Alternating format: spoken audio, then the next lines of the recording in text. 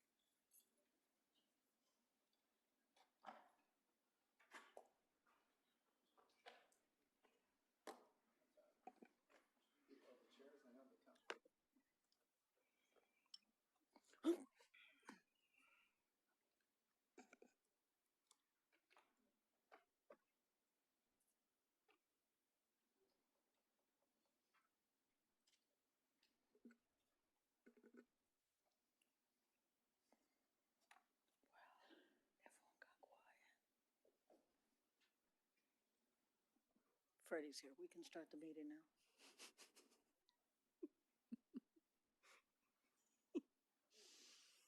It's going to be a fun night. We have presentations.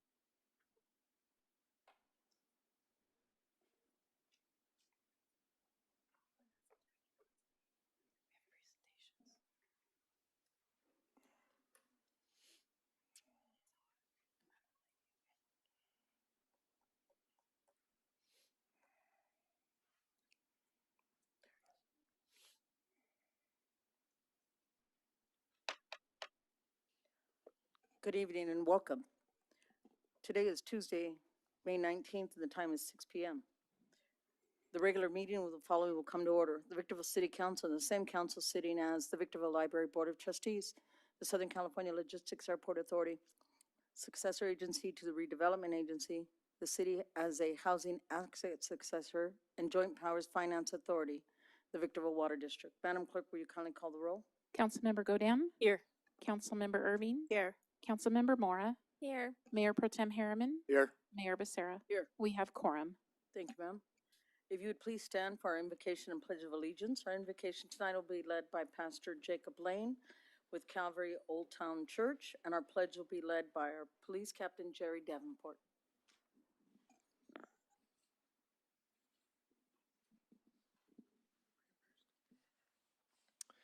Lord, we thank you for your presence and for your help, Lord, and we ask for your help now. We ask for your wisdom, Lord. Many things just to be discussed and talked about tonight, decided tonight, Lord, regarding funds, regarding homelessness, Lord, regarding people's lives, Lord. So I pray that you would grant wisdom, Lord. I pray for anyone concerned about things tonight, that you'd grant them peace, Lord, that your peace that surpasses understanding would guard hearts and minds, Lord, as people turn and look to you, the God of all peace and all comfort. Lord, again, we thank you for your presence. We ask for your wisdom now. In Jesus' name we pray. Amen. Please join me in the Pledge of Allegiance. Place your right hand over your heart. Ready, begin. I pledge allegiance to the flag of the United States of America and to the republic for which it stands, one nation, under God, indivisible, with liberty and justice for all.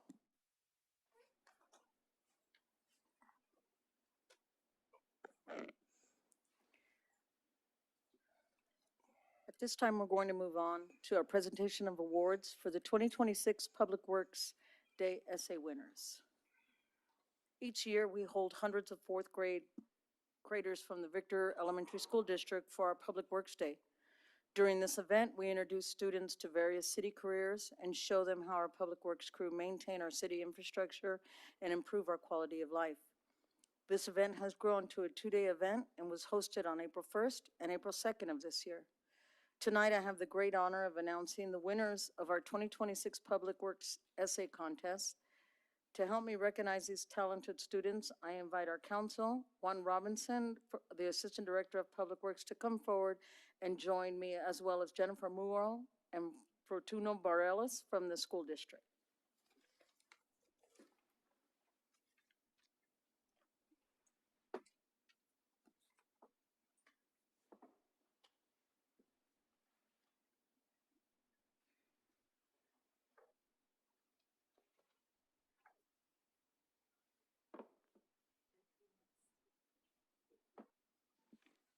Thank you.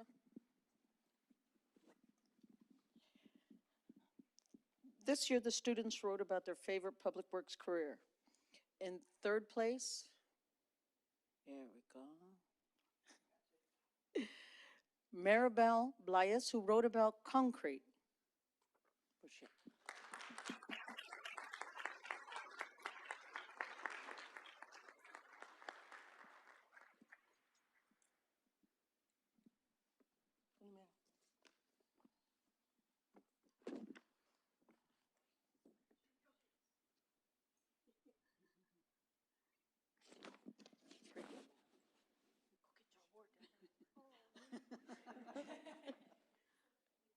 And go ahead and wait, because we have more. In second place, the essay about the CCTV, Tate Thurlow.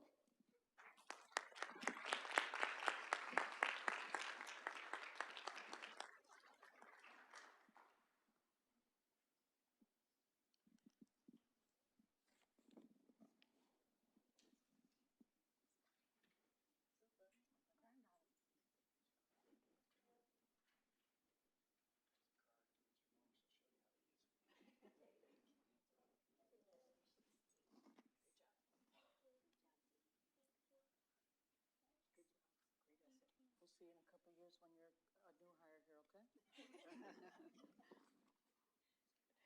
And our first place winner of the Public Works Essay Contest is Sofia Abunes. Sophia wrote about recycling.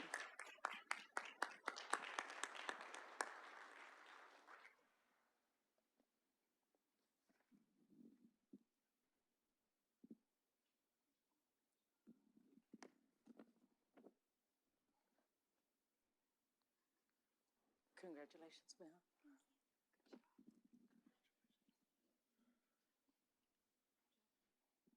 Jennifer, would either one of you like to say anything to our kids? Yeah, thank you.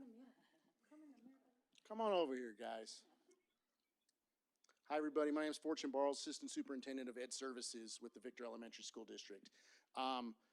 First off, amazing job. You were the top 3 out of 600. 600 essays were written.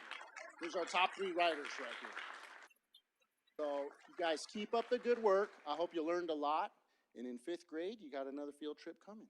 So, and I also, but just while I have an opportunity, just want to thank the city for the resources, the time, the collaboration that we've had on this project. We've been working with you guys for a long time, and our kids are benefiting from it. So thank you so much. Thank you, sir.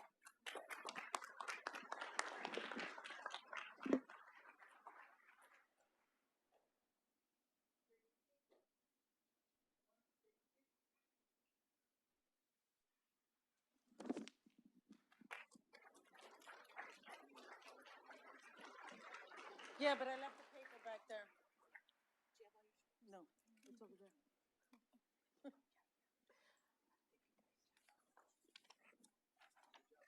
Thank you. Don't go nowhere. Oh, there you go. So in celebration of Public Works Week, I will now present a proclamation to members of our Public Works Department. All of them? Yeah. Alex Cruz, Jacob Nunez, Omar Covarrubias, and Joey St. Louis. Come on down. You are our next contestants. I can't hold down and do this at this. Hobie, come down here too. Who? Hobie. Hobie? Yeah. Okay. Who's he? Okay. Over here. Over here. There we go. Where you been? Working. How you doing? Nice to meet you.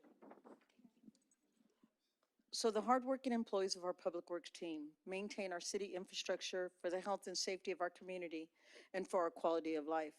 They are skilled workers who build and repair everything from sidewalks, traffic signals, sewer drains, city vehicles and city streets, and graffiti. And I am pleased to present this proclamation honoring our Public Works team. Read the proclamation.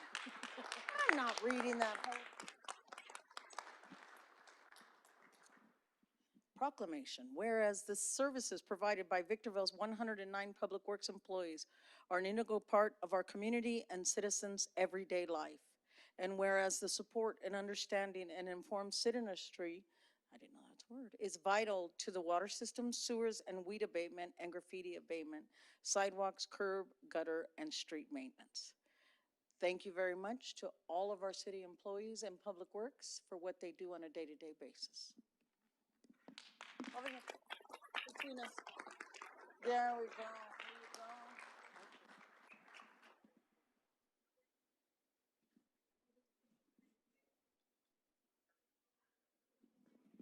Thank you.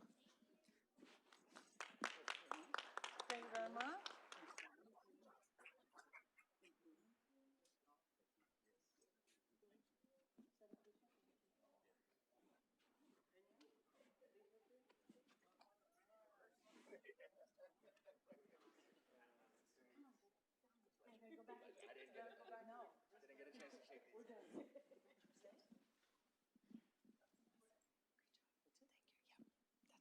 That's it. You're gonna give me a note?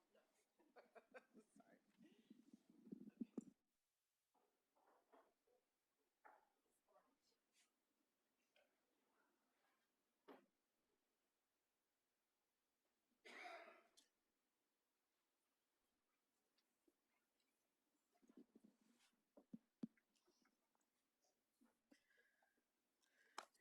At this time, we'll move on to our presentation of new hires and promotions.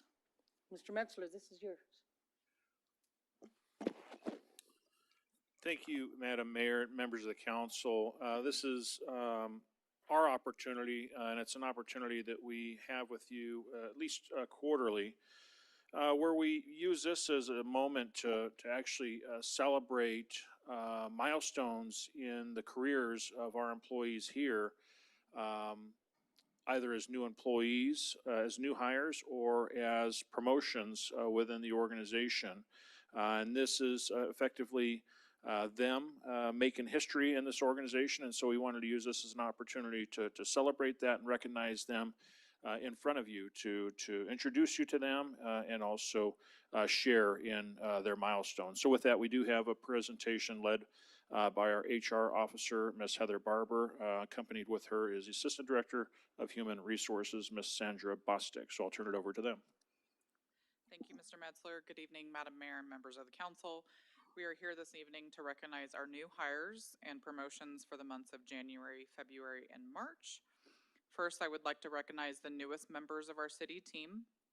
We're going to call them all up to stand in front of the dais. They'll be presented with our City of Victorville pin, and then we're going to invite all the council members down to take a photo with them as the newest members of our team. So we have Heather Espinoza. She was hired as a secretary with economic development.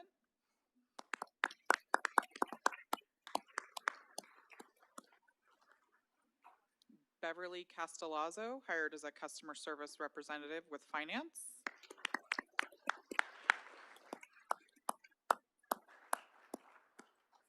Yasmin Hammond, customer service rep with finance.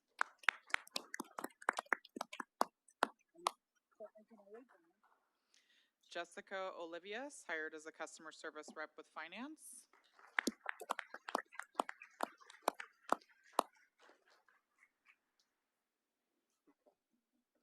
We have Ashley Pearson, community services coordinator with community services.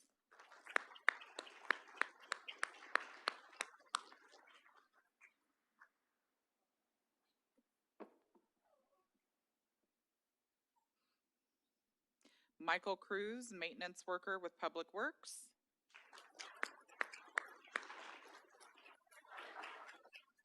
Jacob Nunez, maintenance worker with Public Works.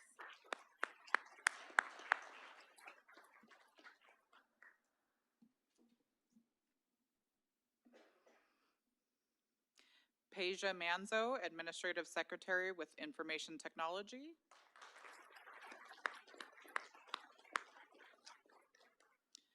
And our last new hire is Laura Lilio Samoy, recreation assistant with community services.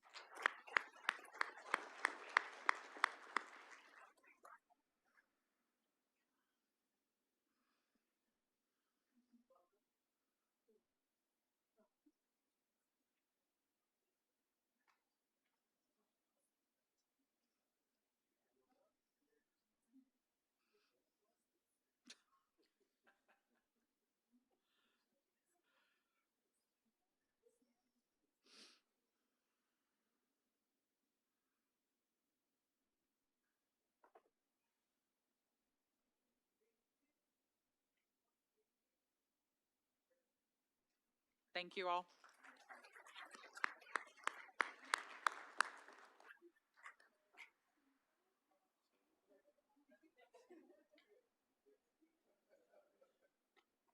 No, we're going to do promotions.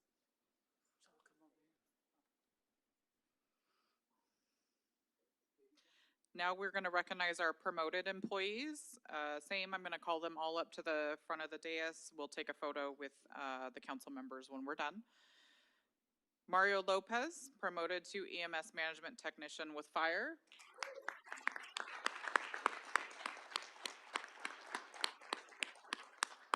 Congratulations. Megan Seidler, promoted to Finance Specialist with Finance.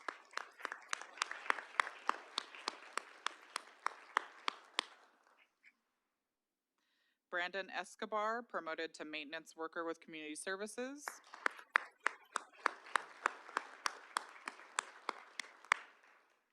And our final one for the evening, Claudia Frias, promoted to Contract Specialist with Finance.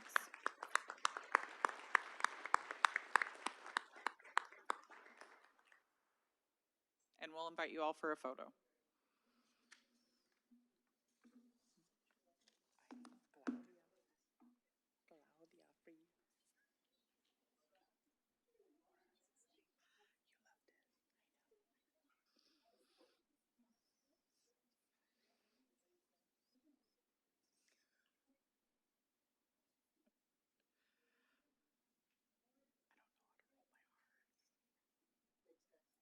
Thank you, everyone.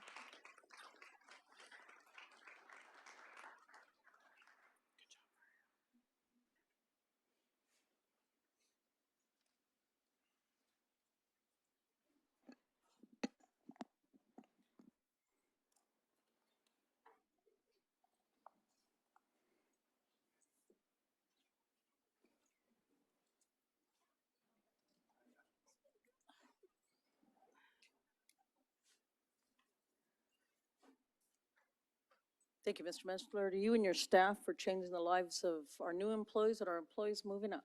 Thank you. Madam Clerk, will you present the agenda and any revisions there too? Thank you, Madam Mayor. We have 2 revisions to the agenda this evening. Our first revision is to agenda item number 12. On the staff report, the bullet point list in the 3rd paragraph of the background section has been revised to correct the spelling of the name of Measure P Oversight Committee member Joel Counts. On the staff report, the bullet point list in the 2nd paragraph of the discussion section has been revised to correct the spelling of the name of Measure P Oversight Committee member Joel Counts. Our second revision this evening is to agenda item number 15, correcting a typographical error in the first sentence of the background section from tribal initiatives, initiates to tribal initiatives, correcting a typographical error in the second sentence of the discussion section from severe crashes to severe crashes. Additionally, Madam Mayor, the City Attorney would like to add an urgency item to the agenda this evening, where the item will be a closed session item that will take place at the end of the regular session. Mr. Dabortnowski, can you please advise the item and findings needed? Thank you, Mayor and council members. Yeah, I'd like to have the city add an urgency item this evening pursuant to Government Code 54954.2B2.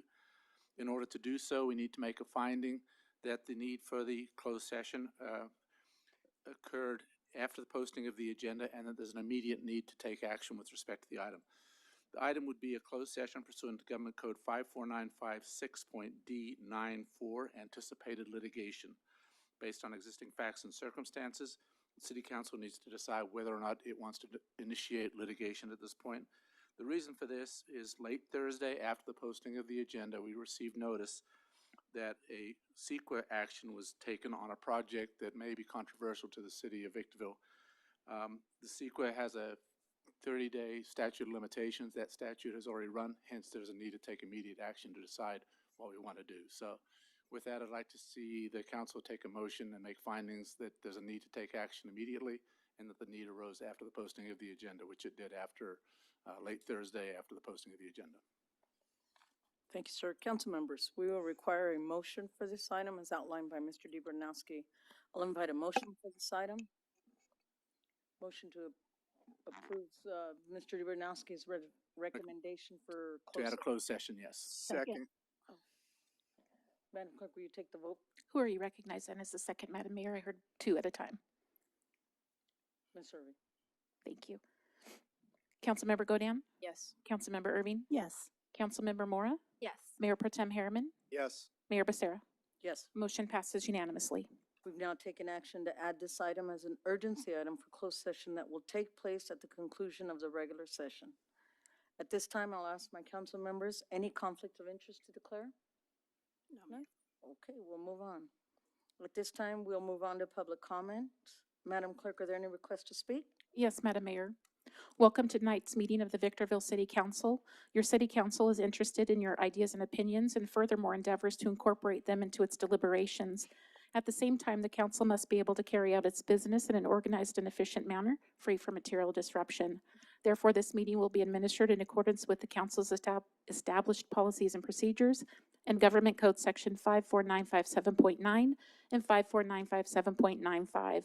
Individuals may speak on agenda items or on issues not posted on the agenda during the public comment section, provided those issues are within the subject matter jurisdiction of the city council. Individual speakers may address the council once per public comment period and once per public hearing item for up to 3 minutes. Additional time may be allotted for appeal hearings in accordance with the city's adopted policy and procedure manual. Those who desire to comment on a public hearing item may wish to reserve their remarks until that particular public hearing has been opened. All testimony is to be directed solely to the council. Although open meeting laws do not permit council members to engage in dialogue with any speaker during the public comment periods, please know your comments and questions may be taken into consideration by council members when discussing the particular agenda item. The presiding officer may briefly respond or have staff respond to statements or questions, or may request that the staff report back to council at a subsequent meeting. Speakers are requested to comment as briefly as the subject permits. Once comments are invited, the speaker will be called on by name, then recognized by the presiding officer. The speaker will state the item number that will be addressed or that the subject is a non-agendized matter. Audience members may not disrupt, disturb, or otherwise impede the orderly conduct of this meeting, and those who do are subject to removal from the meeting pursuant to Penal Code 403. Your understanding and cooperation are appreciated.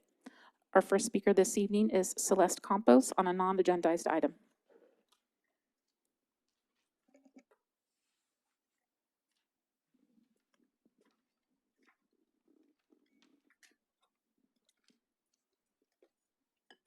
Good evening, Mayor, members of the council.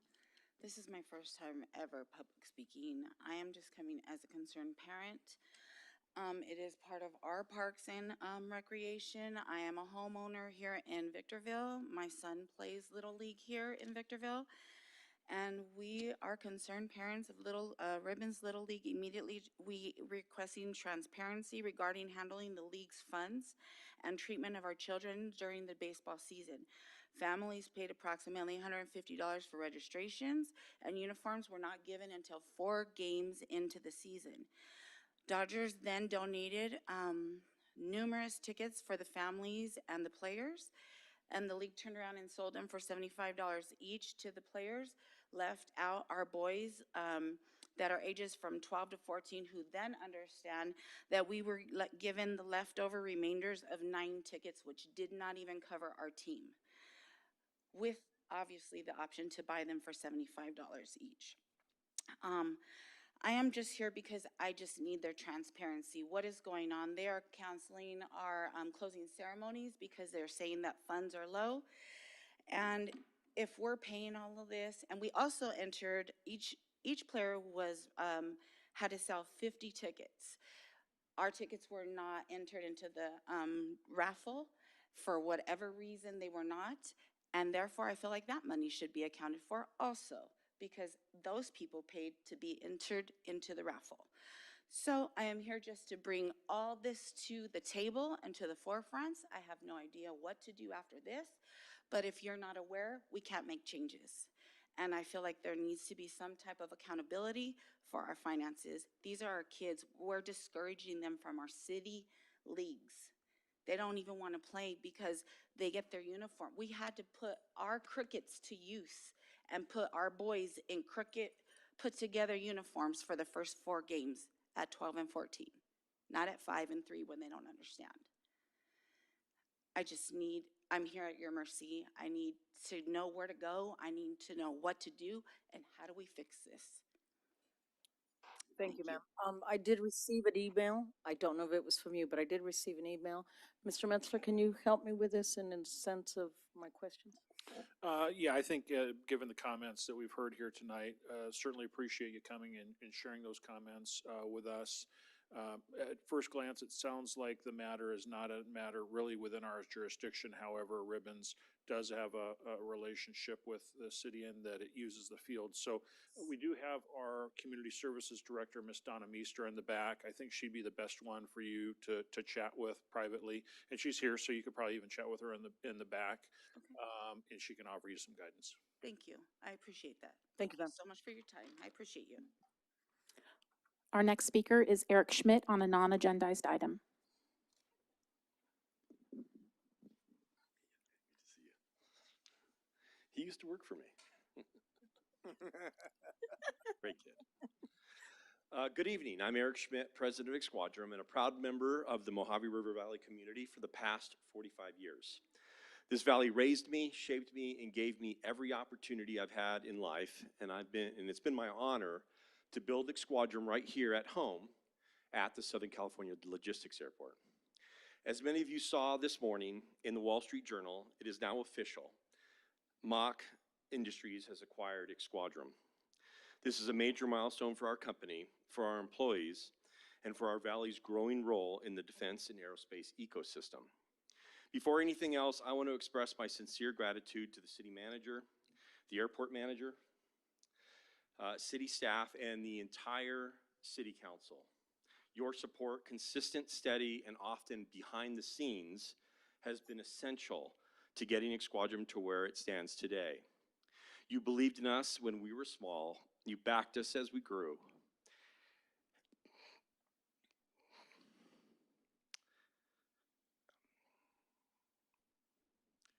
And you helped create the environment that allowed this acquisition to happen.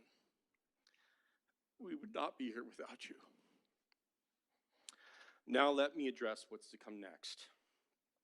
Kevin and I are not going anywhere. We are committed to staying on and working side by side with the ever-growing Mach team to continue the great work Exquadrum has built over the past 23 years. Together, we will expand our capabilities, strengthen our workforce, and accelerate the technologies that help defend this divinely inspired country.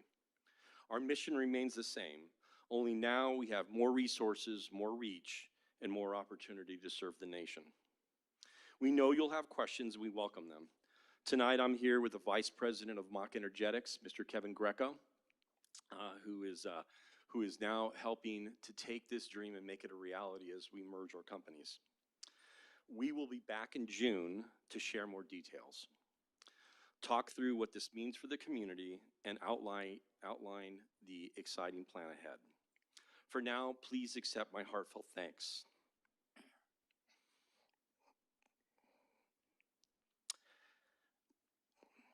For your partnership, your trust,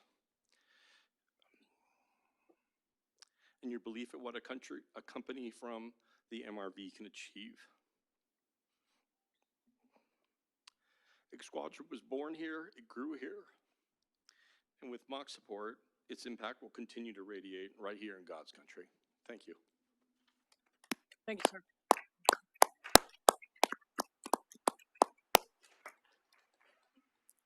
Thank you, Madam Mayor. That concludes our speakers this evening. Thank you very much. We'll move on to our first business of orders, a consent calendar, items 1 through 6. I'll invite a motion for this. Move to adopt the consent calendar for, that includes items 1 through 6. Second.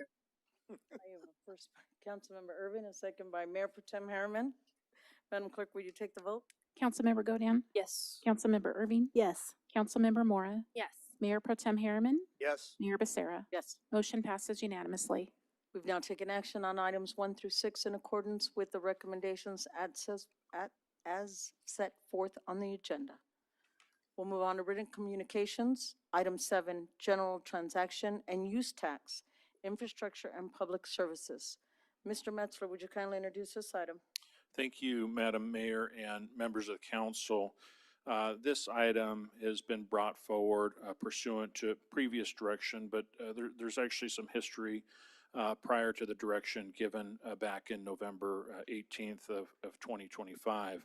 And that is for several years now, going back as far back as I can remember to 2023, when around August of every year, we began presenting to this council an analysis done, basically sharing with the council the evaluation of your roadway system from a conditions perspective. And in large part, we were doing that because as we were making progress undertaking capital improvements throughout our roadways and throughout our city, there was limited understanding amongst those that don't work in that space as to how we prioritize roadways, how we fund roadways. So we have been working to increase the transparency by having a presentation with you every August to share with you our pavement condition index, how we evaluate roads, how we prioritize roads, given the limited funds, and also considering the benefit cost analyses that are done to make ultimately the recommendations to you. So that was some precursor, and in large part we were doing that because of the community feedback we were receiving from our residents as to the need to fix and attend to the roads. So ultimately, I think the council had heard it enough because it became a part of ultimate budget presentations to where we started identifying even more clearly, not just as it relates to roads, other public infrastructure needs citywide. And so finally, in November 18th of 2025, this council gave us direction to go ahead and proceed with the next steps to evaluate what's necessary to allow this council ultimately to consider bringing forward a tax measure for this 2026 November election, a tax measure that would be placed on the ballot that would consider another transactions and use tax very similar to Measure P that was approved by the voters in November of 2020. So since that time, we've taken on a fairly heavy lift to do a couple of things. First, as a part of this item, you'll get a presentation not just from me, but you'll also get a presentation from a firm that we brought on to conduct some polling to get a sense of community sentiment towards this type of a ballot measure. And so following me, we'll have Adam Soenshine from FM3 to share some of what we've learned in terms of community sentiment, voter sentiment. But in addition to bringing FM3 on board, along with a community engagement team to help with the community awareness and the education that's going to go along with an ultimate effort, we also undertook an effort to provide you with enough information so that ultimately you're provided with the information necessary to be informed about whether or not it's appropriate in the first place to put that measure on the ballot. And so with that, we've undertaken a pretty voluminous study. You do have in front of you a 71-page report that this presentation is really intended to kind of summarize and highlight for you. But this is a report that certainly wasn't complete overnight. And I think the one thing that I'm most proud about what you have in front of you is that this was a report that was put together internally. It was an absolute team effort. It's something that we actually created as a project where we brought on our leadership, aspiring leaders, leadership development team, members from that team, and they're here today. I'd like to recognize them if they're here by having them stand up. Mr. Christian Dominguez, who's our finance manager, Miss Elise Tomlin, who's our code enforcement manager, Miss Annie DeRoe, who's our senior administrative analyst in the water department, Harry Mayo, senior civil engineer in our engineering department, and also your assistant city clerk, Miss Savannah Petty. These individuals worked very closely with a number of directors. Carmen Kuhn, your finance director, Star Kananian, assistant finance director, Donna Meester, your community services director, Bobby Clemmer, your fire chief, Doug Matthews, your public works director and water director, Freddie Bonilla, your city engineer, Jerry Davenport, your police chief, Sue Jones, who's your public information officer, and then, of course, the executive team, Janelle Davidson, Tony Camargo, and Scott Webb. All of these people were involved to put together this report that you have in front of you. And so I wanted to at least take this as an opportunity, first of all, to thank them all for their efforts. Each one of them participated in an element of this report in terms of analyzing the infrastructure. And probably the hardest part of it was piecing it all together so that it read actually as one report.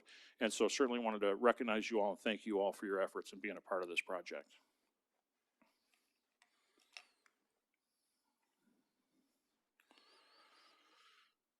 So to begin this effort, and you in the audience must know that Victorville is and has been guided by a strategic plan which establishes its mission, vision, and values. And that document also includes 7 multi-year goals and is supported by specific strategies. In fact, the strategic plan that we're in right now, we're in the last year, which is the 3rd year of our current strategic plan, and we're actually underway with establishing our next strategic plan. And I bring this up because it does include a number of strategies that define basically our work plan going forward. And I think the important piece of this is for us and the public to know that this is a document that means everything we do as a city is very intentional.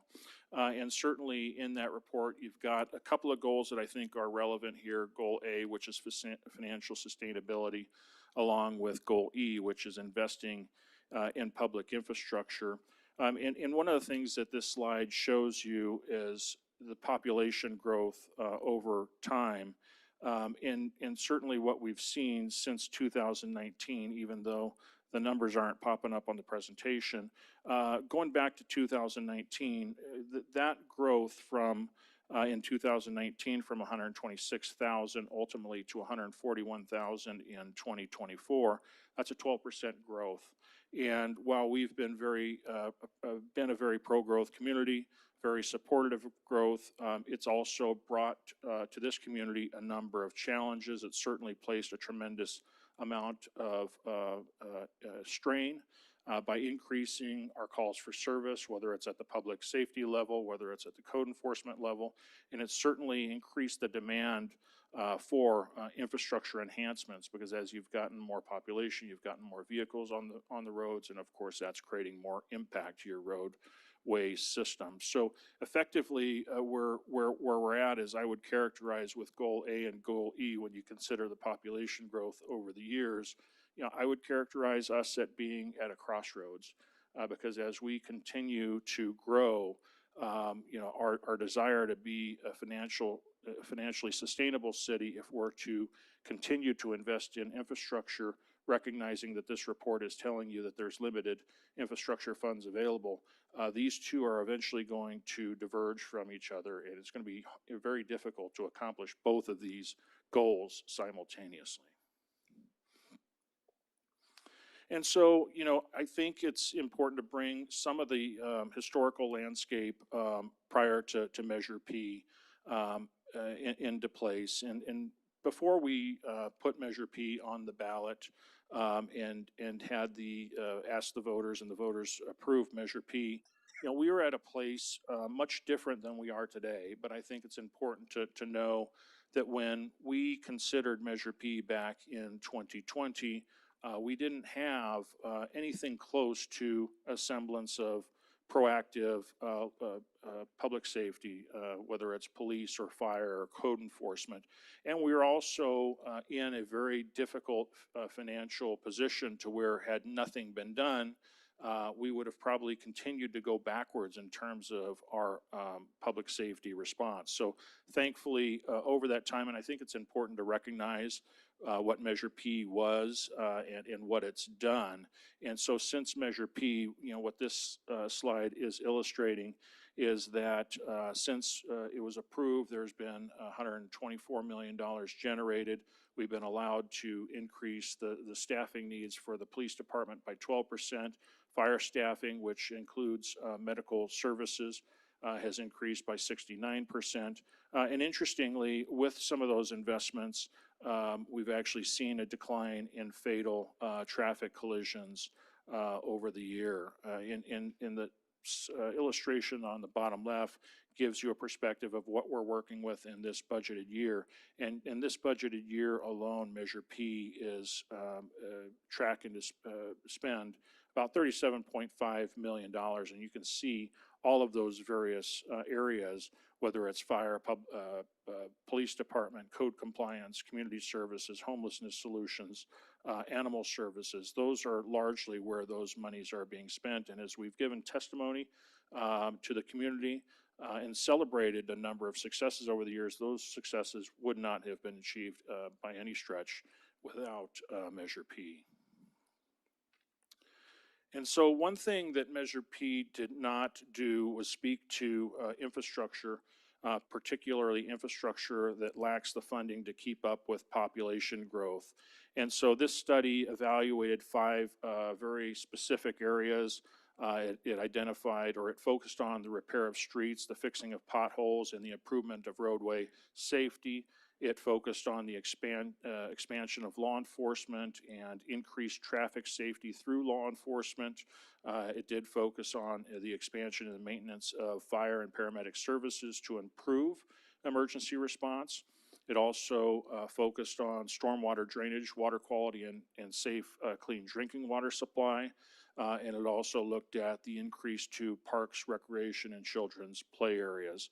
And altogether, what you do see in summary is, when we get deep into the report, looking at all of these areas, these sections where infrastructure is needed, in total, there's an $865 million need in infrastructure citywide.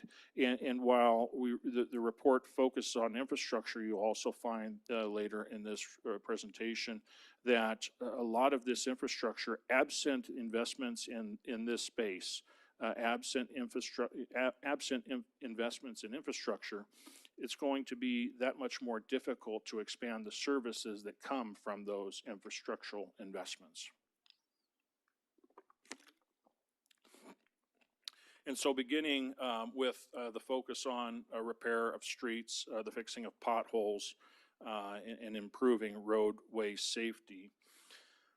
What we have here is a slide that I think does a good job at summarizing not only the amount of roadway system that you have, but it certainly identifies the amount of work. We have an amazing, and we just celebrated the Public Works crew. But you can see, just as a course of some of the traditional maintenance responsibilities we take on, there's a lot of work being done, whether it's crack sealing, the potholing, the filling of the replacement of sidewalks, curb and gutter. There's a tremendous amount of work, and we actually measure that throughout the city. And with that, this report does show you that there's also a very limited amount of funding. The primary funding sources, there's really 2 funding sources that contribute to, whether it's the public works crews out there maintaining your rights of way, the roads, the curbs, the gutters, the sidewalks. There's very limited money, $6.5 million roughly, that can be set aside basically to fund for roadway reconstructions. Some of the more notable improvements that you have seen with that $6.5 million roughly that's available has been the Green Tree Railroad extension. The Green Tree extension over the railroad, Bear Valley Road, which is the stretch of Amethyst to 395. Roy Rogers, which I'll touch on a little bit later in this presentation. Mojave Drive is upcoming, and Air Expressway is upcoming. And, if you know roadways like Mojave Drive and Air Expressway, they're in dire need of repair. And unfortunately, given the nature of the funding sources that we have dedicated for roadways, we're really on a pay-as-you-go type system when it comes to cash flowing the need for the improvements. And as we do that, it takes time ultimately to save up the money to take on a project. One of the things that we see is the continued decline in the condition of the roadway. And so this slide really kind of speaks to the life cycle of a roadway.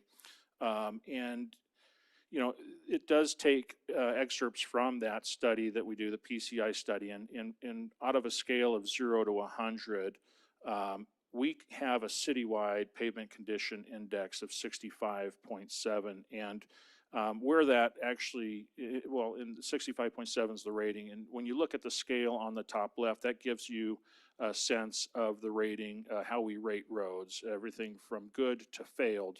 But interestingly, you see a curve there, and the 65.7 rating is really right around that place where you're at the highest point of the right triangle on the curve, where it says $1 for rehab here. And ultimately, over a very short period of time, when you get to that point, there's an accelerated depreciation or an accelerated deterioration of a roadway over a shorter period of time. And so interestingly, we're at that place currently with our citywide roadway system. And as we have pavement condition index of 65.7, I'll certainly use Roy Rogers as an example because that's an active reconstruction taking place that I think a lot of people are complaining about right now because, of course, it's disrupting our day, but also a lot of people have been complaining about it before we actually did the construction because of the condition being so bad.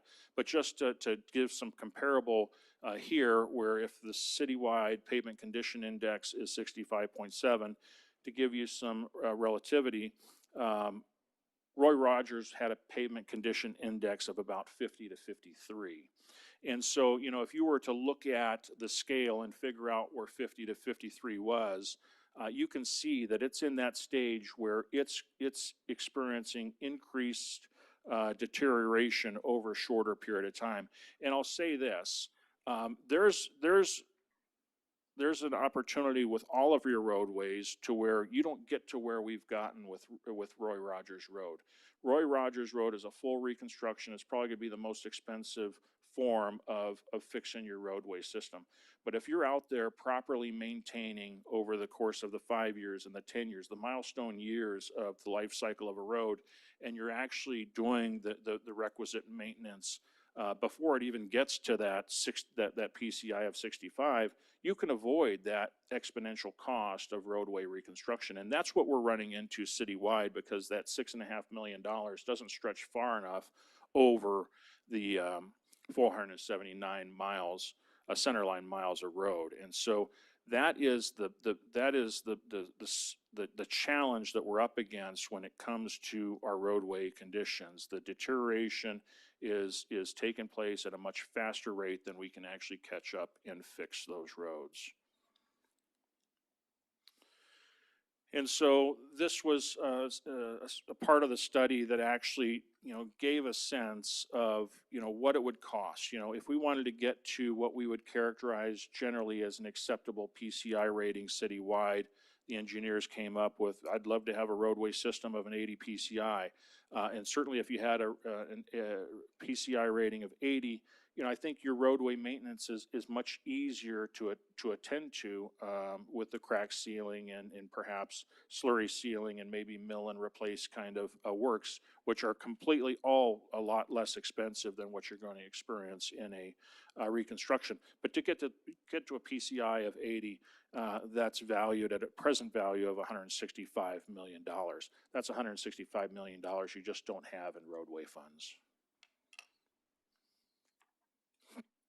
And so one of the considerations that as a part of the larger financial project that goes into this analysis, one of the financial considerations that this study did was it looked at what we spend currently on our roadway system and what we're generally experiencing. And so currently, if we're spending approximately $7 million on capital for our roadways, the engineers are telling you that you can expect at least a 2-point PCI rating decrease every year. And so at our current pace, there's no way to avoid it. Your PCI is going to continue to go down. And I would characterize that as hemorrhaging. However, if you had a budget of $16 million that would actually slow the bleed a little bit, and effectively it would decrease. You would still see a PCI decrease of 1 point per year, and you get to a point of stopping the bleed right around an annual budget of $20 million a year, which means $13 million more than what you're currently spending on roadways. And of course, if you wanted to try to reverse the direction of your PCI rating and actually see recovery, that would effectively be a $22 million roadway budget, which is about $15 million more than what you're currently spending on roads. And so moving on to law enforcement and the increase to traffic safety, revisiting the Measure P a little bit.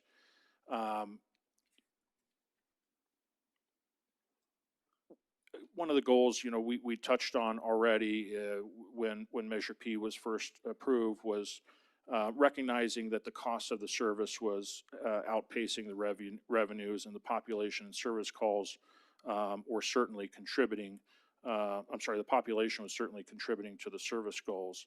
And so with that, we have made a tremendous amount of progress by actually adding 12 members to the police force since the passage. And you've seen quite a bit of improvement, and this is largely because of the proactive response. But you have seen non-priority calls go down 47%. You've seen traffic citations issued up 220%. You've seen fatal collisions down 15%. You've seen department staffing increase 11%. Certainly helpful in that regard has been the investments to technology, or investments to the use of technology, and we've added ALPRs, which are license plate readers, shot spotter, and drones as first responders, really all to really try to help enhance our service response and get us to a point of being more proactive. And certainly over that time with those investments, we've actually seen our proactive call response increase by 73%. The next slide really is illustrating what I just shared with you numerically.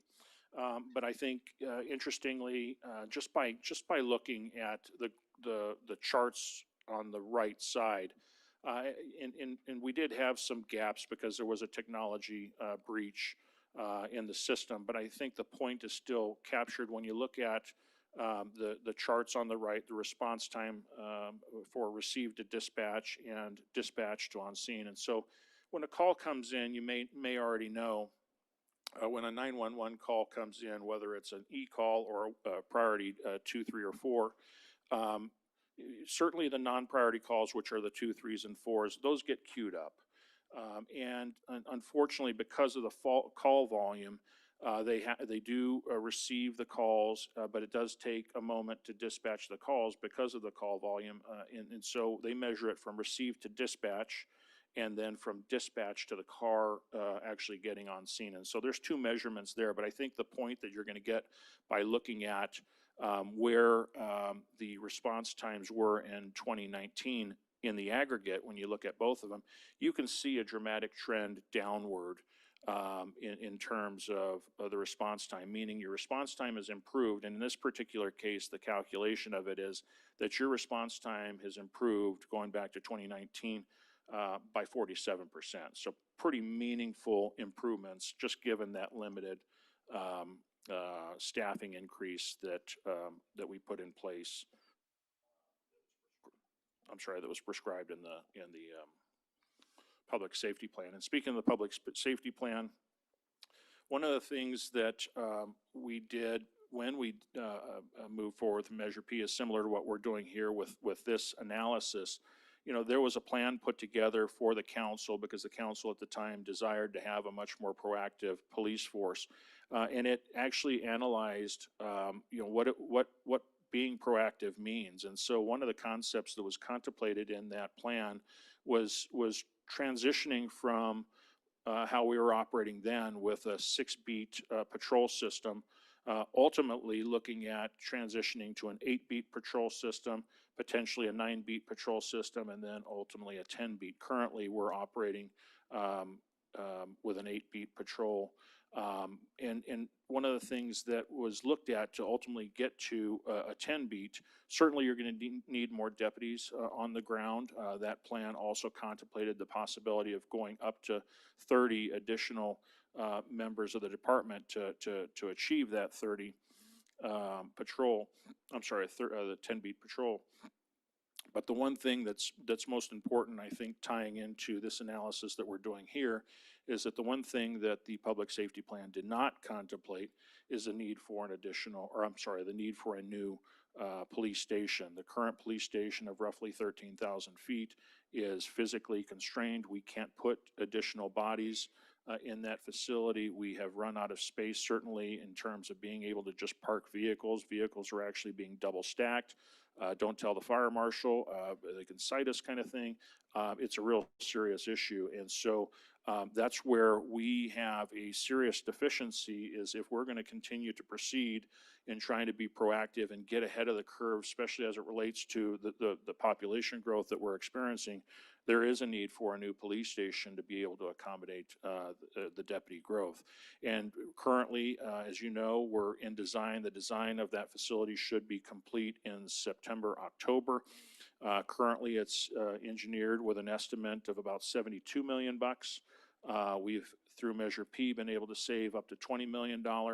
And so we certainly have a deficiency there of about $52 million. And I think the point there is, without the investment in that space, it's going to be extremely difficult to continue to enhance the law enforcement services that this community is continuing to demand. And so on the maintaining fire service to improve emergency response times, I think in this particular case, again, it's also important to recognize the substantial investments we've made because of Measure P. And I can relate that to where we're at currently with response times and, of course, where we need to go. But certainly, we've been able to open a new fire station. 315 was mothballed for years until we had the resources to do it, and we've been able to stand up an engine company, medic engine company, to that station that's really helping relieve the impact on 313. We've actually put new paramedic squads in service, new apparatus we've invested in substantially, including tillers, fire engine, transport-capable squads. And I think with it all, we've been able to see our response times improve. In our current response times, notwithstanding the 25,000 calls a year that we're seeing, our response times for medic are about 6 minutes and 32 seconds, and then, of course, on the fire side, 7.76 seconds. That's not good enough. That doesn't meet the NFPA standards.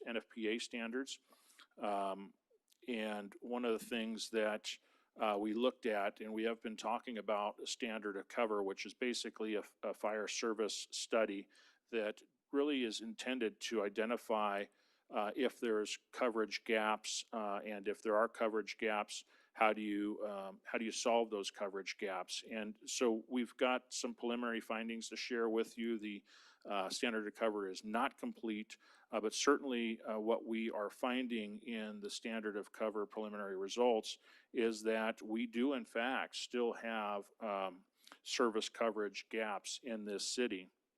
And for example, in the case of the area that is Nisqually and I-15.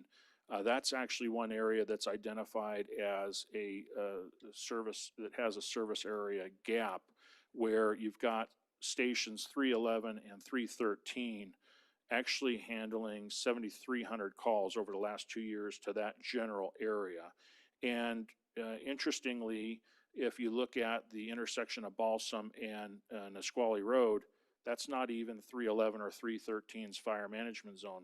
Fire station 314 is supposed to be responding to that area as an example. And so what that really is meaning is that because of the nature of calls in that area, and because 314 is not able to respond as the closest first responder, it's actually drawing in medic engine 311, it's drawing in medic engine 313, much more than necessary.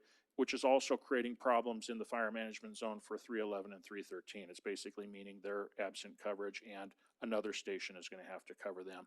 So there's a huge strain just based upon the call volume that's existing in that area. That's the I-15 area. That's your major commercial corridor. You do have a lot of traffic population driving through that area as well. The other service gap that's being noted is generally the Palmdale Road, the Dos Palmas Road 395 area, the west end. And because, again, of the highway, your major commercial corridor there, but then also you've seen a tremendous amount of residential growth in that area. We're seeing a service coverage gap there as well, to where 313, just as we talked about going to I-15, Nisqually, now it's having to go to 395.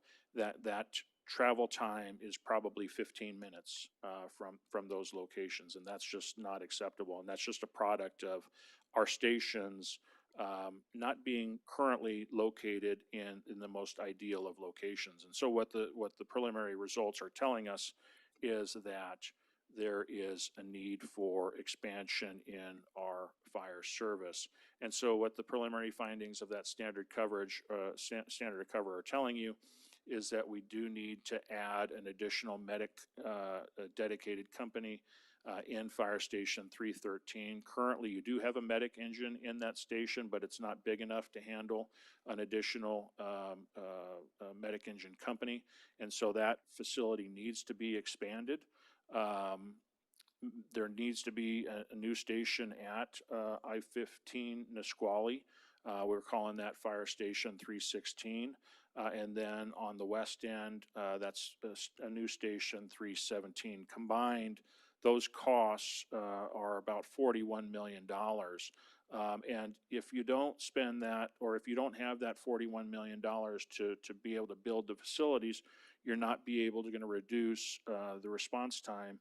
3 to 5 minutes is what the staff is estimating. We can actually reduce the response time from its current levels. If we're able to make those investments in those facilities, we can then achieve the response times that are prescribed by the NFPA. And I think this slide really is here just simply to illustrate, and you've seen this before. This is actually pulled straight from our budget workshop presentation of last year. But I think the very simple takeaway from this slide is that, as you know, we as staff are big on cash flows, forecasting out 5 years. This is really telling you that, you know, if you were to look at the ending cash balance for this current fiscal year of the Measure P and General Fund, and those really two are the only funds really available at a discretionary level to fund your police and fire improvements. You've got combined $113 million need for those improvements. But if you were to spend everything that you have available in those two funds today, you only have $73 million to do that. So there's certainly, just on a cash basis, a substantial deficit in what you have available. The other area that they studied is stormwater drainage, water quality, safe, clean drinking water, and water supply. And you know, this is a subject I wish we can talk more and more about. And on the left, and I'm not going to read everything, it's really there just to illustrate the robust nature of your water system, large service coverage issue. But there is an issue that we need to be very aware of, very mindful of, especially as it relates to trying to preserve our groundwater supply. And so very generally on the right, and I'm just going to focus on the column on the right, you know, we do have, as a water district, water rights that total about 26,000 acre feet of water. And we're in an adjudicated basin, so there's a concept for the purpose of trying to protect the health of the groundwater basin. There's a concept called ramp down, which means you're only permitted to freely pump from the ground 50.4% of the $26,000 number. And so just walking you through it, we do have a customer demand of about 24,000 acre feet of water. So that's what we pump on a regular basis. And because after ramp down, you only have free production of 13,000 acre feet, you have a replacement water requirement of 10, almost 11,000 acre feet. So what does that mean? What that means is we have to, through the MWA, basically buy that 11,000 acre feet from the State Water Project, which is the aqueduct that runs right through our backyard here, just through Hesperia. And we actually, through MWA, take those deliveries and basically have that water percolated back into the ground. It doesn't stop there, because the adjudication also obligates us to purchase makeup water for the downstream folks, which are in the Barstow central area down out to the Baja areas, which is far out the 40. I guess my point in all of this is that we are, as population grows, as consumption increases, as ramp down continues to increase, reducing the amount that we can freely produce, it increases our dependency on the State Water Project at a time when I think everybody's concerned about how reliable the State Water Project water is. And so ultimately, there's a responsibility we have to consider as a water agency as to how we're going to reduce our dependency on groundwater. Is there another water source out there that we can pursue? And so this is intended to graphically show where growth is going to occur over time. Currently, 2025, we're projected to have 25,620 acre feet. But then 20 years from now, that's where the growth is going to go. And so one area that we have been talking about regularly, and this study certainly focuses on it, is one of the alternative water sources certainly can be the repurposing of reclaimed water. Right now, in large part, your reclaimed water that's generated not just by us, but also the regional wastewater authority, it's largely going into the Mojave River, not getting a recycled use, so that you can actually reduce the dependency for, say, your parks, your golf courses, the large field uses, basically the non-potables. And so that's one area where it's certainly going to be important, and this community is going to be much more appreciative of the fact that they've got a reliable water source if we're able to start now in considering the reuse of our wastewater. And so for the sake of illustration, one of the things that we are doing currently is developing a reclaimed water master plan. This is an illustration that was taken as an excerpt from that to really give a place to start. Right now, we are in the reclaimed water business on a limited basis out at the airport, where we do have customers out there, but there is not a pipeline or infrastructure system getting back into the city.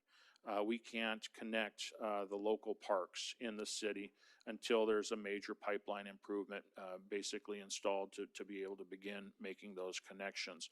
And so this is a concept that we've been working with, where relying on the elevated tanks out at the airport and ultimately the installation of pipes, tanks, and boosters, it gives you a backbone to work with, where then you can start developing a network in your community. And so that's a concept that we've been working with. And we've actually taken that concept to give you a sense of cost in today's dollars if we were to move that forward, and at least take a step forward in terms of building the backbone necessary to ultimately get you to a better place of utilizing that reclaimed water. Altogether, between the two phases that was outlined in that illustration, it's about $41 million in project costs just to get started. And just to capstone that, that's $41 million that doesn't have an identifiable funding source today. Stormwater, water quality, we seem to think about this, of course, after it's too late, after we've got that heavy rainwater event, and of course we get the washouts, we get the erosions to your roadways, and so the very fundamental issue that we run into is that there are very limited funds for stormwater water quality improvements.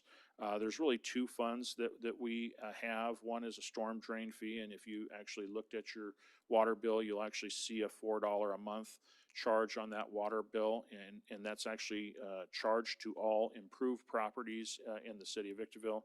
You also have a storm drain development impact fee that's actually paid into by new development. And so one of the things that we did do in this slide and as a part of the overall financial analysis is we forecasted, of course, what we currently have available in those two funds. We call it we call it Fund 202 for the storm drain fee. That's the $4 fee, and then of course you've got Fund 357, which is the capital. And I think in summary, the best way to characterize what you have here, because you probably just see a bunch of numbers, the easiest characterization I can make is in the case of both of those, when you just look simply at revenues minus expenditures, your free cash flow is about $1.3 million a year. That does not accumulate fast enough to tackle a $353 million citywide need. If you were to try to take on all of the necessary storm drain improvements to really improve the water quality and, of course, reduce the erosion and deterioration to your roadways, you're not going to get there with the $1.3 million a year.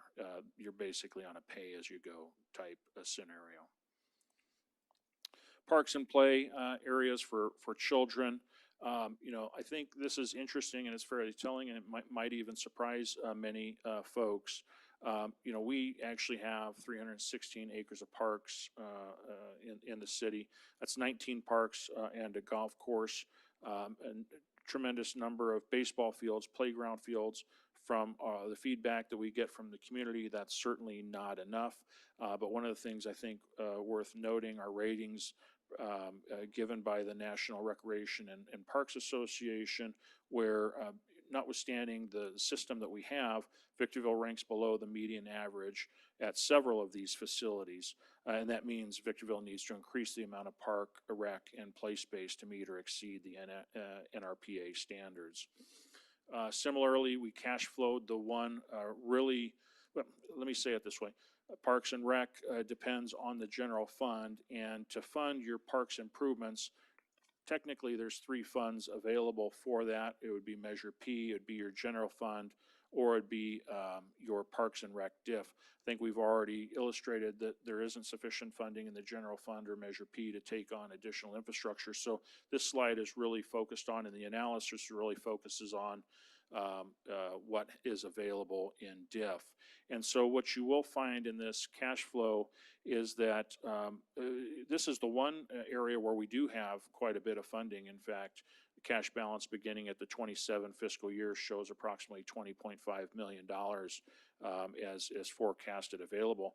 And we're able to use that money, and that's actually programmed in this cash flow for Sunset Ridge Splash Pad, the Eva Del Dog Park, walking paths, park expansions. The big expense is your Civic Plaza. But it does, when you contemplate those priorities that we've already established, it does contemplate running out of money in the 2032 fiscal year, and you're just running short then of taking on what's been talked about as the next priority, which is the large sports complex that we've been talking about wanting to build. And so I guess the point in that is that we, even as this fund is currently cash healthy, considering all of the infrastructure needs that we've talked about, it doesn't have sufficient cash flow to be able to take on all of those projects that this council has been prioritizing. And so with that, some of the financial conclusions that this report comes to, and when I say, and when you look at this, you'll see a range of numbers. One of the things that we analyzed when it came to considering all of these infrastructural improvements in some of the cash flows that we showed you, we actually used those cash flows and programmed them into different scenarios. We evaluated 4 scenarios. One was a 5-year with a short-term financing for your public safety improvement. One was a 10-year internal financing for those same improvements. We also looked at external financing from a bank for 15 years, and we also looked at issuing debt to some of those improvements. And so we did that really to really evaluate what options existed. And certainly what we found is roadway and safety improvements. If a measure of 1% was approved, we'd be able to fund anywhere from 120 to 169 million over the course of 10 years, 71 to 108 million over 10 years for police and fire, 30 to 36 for stormwater, and then of course 47 to 48 for groundwater supply, reclaimed water, and then of course an additional 26 to 40 million dollars for park and rec. In conclusion, what this is telling you is that considering the 541 million dollars that this measure could generate, you could fund $404 million over that 10 years. And I think it is important to note, it's obvious to me that 541 million certainly isn't enough to crack the entire amount that we identified early in the presentation, the 865 million. But certainly, the measure that if approved, that would be a measure that would run effectively in perpetuity until the council deems not necessary and it wants to repeal it. And so you certainly have an ability over time to really make a dent in that total infrastructure value deficiency. And so with that was the work product of staff to really summarize the financial need if it wants to take on infrastructure improvements in this city. And so with that, and before we conclude, I'd like to turn it over to Mr. Adam Sonnenschein from FM3, and he can share with you some of what we learned from the community in terms of their sentiments towards infrastructure and a potential measure. Great. Thank you, Keith, and thank you, Mayor and members of the City Council. Adam Sonnenschein with FM3. I don't know if you all have the slides you want me that you want to advance, or if I should share them off of my screen. I'm happy to do whichever is easier for you. Adam, if you could share, I think that would be great. Yep, happy to do that.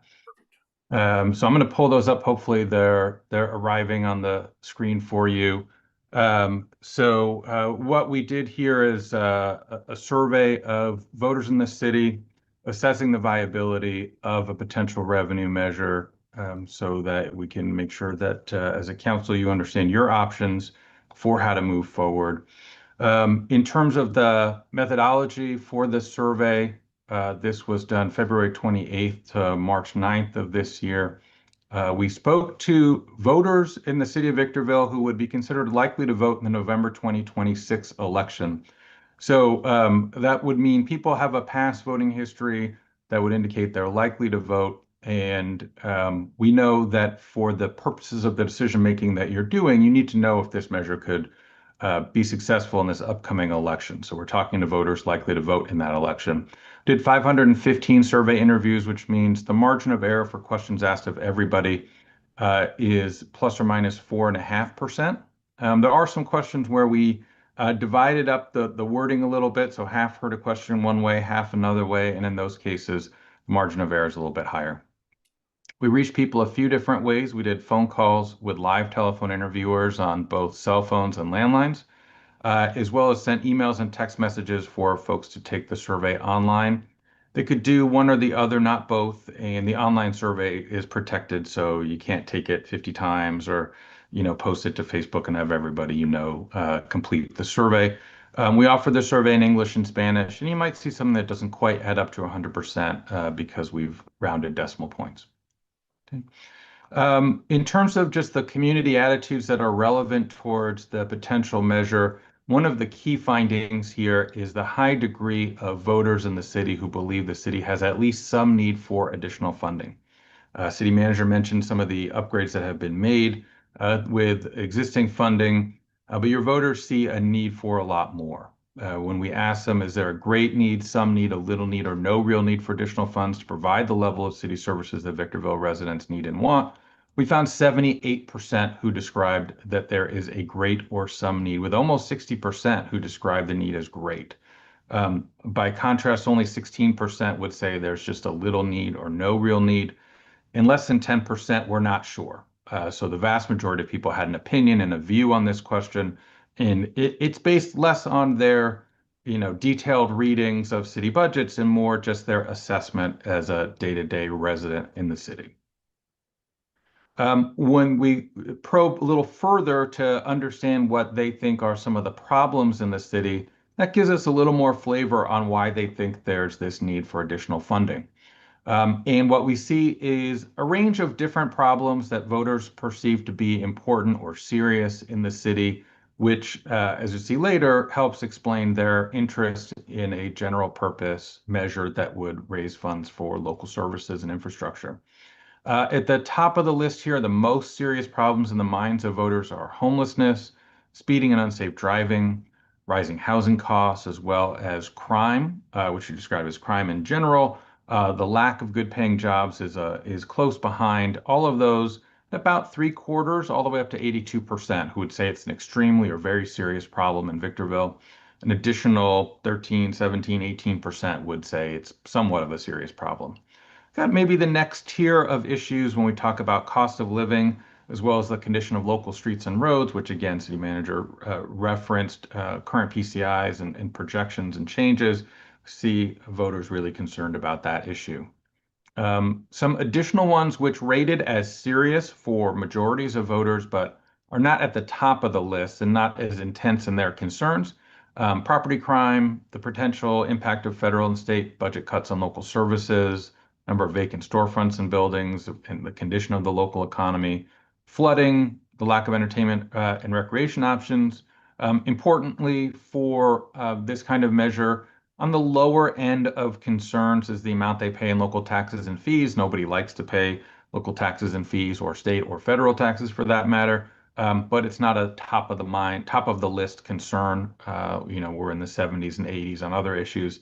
Lack of activities for youth and families. And then 911 emergency response times doesn't rate as a very serious problem right now. You'll notice there's a large group, relatively speaking, who doesn't have an opinion there. They're in the gray box, that 20%. And then when we get into some of the ways that funding could be used, improving and maintaining those response times is a priority. So it's a little different take in this question compared to what voters are saying as we get further into the survey. Now we provided that or wanted to get that little bit of context and then ask them how they think about a potential local revenue measure. We find that the best way to test the viability of a measure is to put together the kind of 75-word ballot question that could appear on the ballot if that's the direction that you want to go. So we want to make sure that it meets legal standards, it reflects the specifics in terms of the details of the measure itself, while giving some illustrative examples of how funding could be used as a general purpose measure, is what we tested. We can't make promises of certain funding uses or exclusions of others. We're giving examples along with the assurance that this could also be used for other general community services. So this is the description that voters were provided with. We reference this as the 911 emergency response, public safety, safe streets and water measure, improving emergency response. We're mentioning fire, paramedic, police station, streets, potholes, driver and pedestrian safety, long-term drinking water supplies, disaster preparedness response. Many of the things that Keith just reviewed in terms of your city and its ongoing needs. We mentioned the other general community services, and then we have legally required language. The city's measure establishing a 1-cent sales tax, providing approximately $29 million annually. That's an estimate for the first year of funding until ended by voters. So again, Keith mentioned that the council would have the option to decide that you no longer need this revenue for the city, but voters could choose to put a measure on the ballot as well to end that funding if they feel it's not being used well. And then there's some fiscal accountability provisions that are inherent in the measure, but a lot of folks are not as familiar with some of the details there. So we want to make sure they know that audits, public spending disclosure, state can't take it, and all the funds have to be used local. These are all parts of this measure that are baked in. So here you can see the initial reaction to that ballot question. We did not tell more of your story. We didn't give them a whole bunch of details about why this is needed. We just got their gut reactions. In that initial response, we find 62% who said that they would support the measure. 27% said that they would be likely to oppose it. 11% are undecided. For a general purpose measure like this, you have a threshold of 50% plus one majority. So 62% is well above that number. And as a reminder, our margin of error was plus or minus 4.5%, meaning statistically, we can't rule out the possibility that if we had the chance to ask every single voter in Victorville what their perspective is on this, that the results could be 62% minus 4.4%, so 57.5 up to as high as 66.5%. In either case, at the even and if we were overstating the support statistically, we're still well above that 50% number. Another thing that is playing well in terms of the potential viability of the measure is the intensity of the support compared to the intensity of the opposition. So the first question people were asked when they heard or read that ballot question is, would you be likely to vote yes? Would you be likely to vote no? If they said yes, we followed up and said, is that definitely yes or probably yes? And same for the no, definitely no or probably no. If they said they were undecided, we asked, are you leaning towards voting yes or leaning towards voting no? If you see the dark blue bar here for definitely yes, the most intense response, that's at 39%. So 4/5 of the way to 50, just in the definitely yes. And it is about double the folks who would say definitely no at 19%. So again, the intensity is very clearly on the side of supporting the measure and moving forward. When we got into some of the priorities that voters have for this measure and ultimately for the ways that funding could be used from the measure, we've got a few different slides here to show you what some of the top priorities are and highlights within this question. It's going to be, as I said, a couple slides, but you can see the question wording at the bottom of the slide. It's saying here's some potential elements of the measure you considered, including ways in which funds it generates could be spent, provisions that could be included. Regardless of your opinion of the measure, indicate how important it is to you. And so the dark blue is extremely important. The next color blue is very important. The lightest blue is somewhat important. The orange is not too important. And the gray is don't know.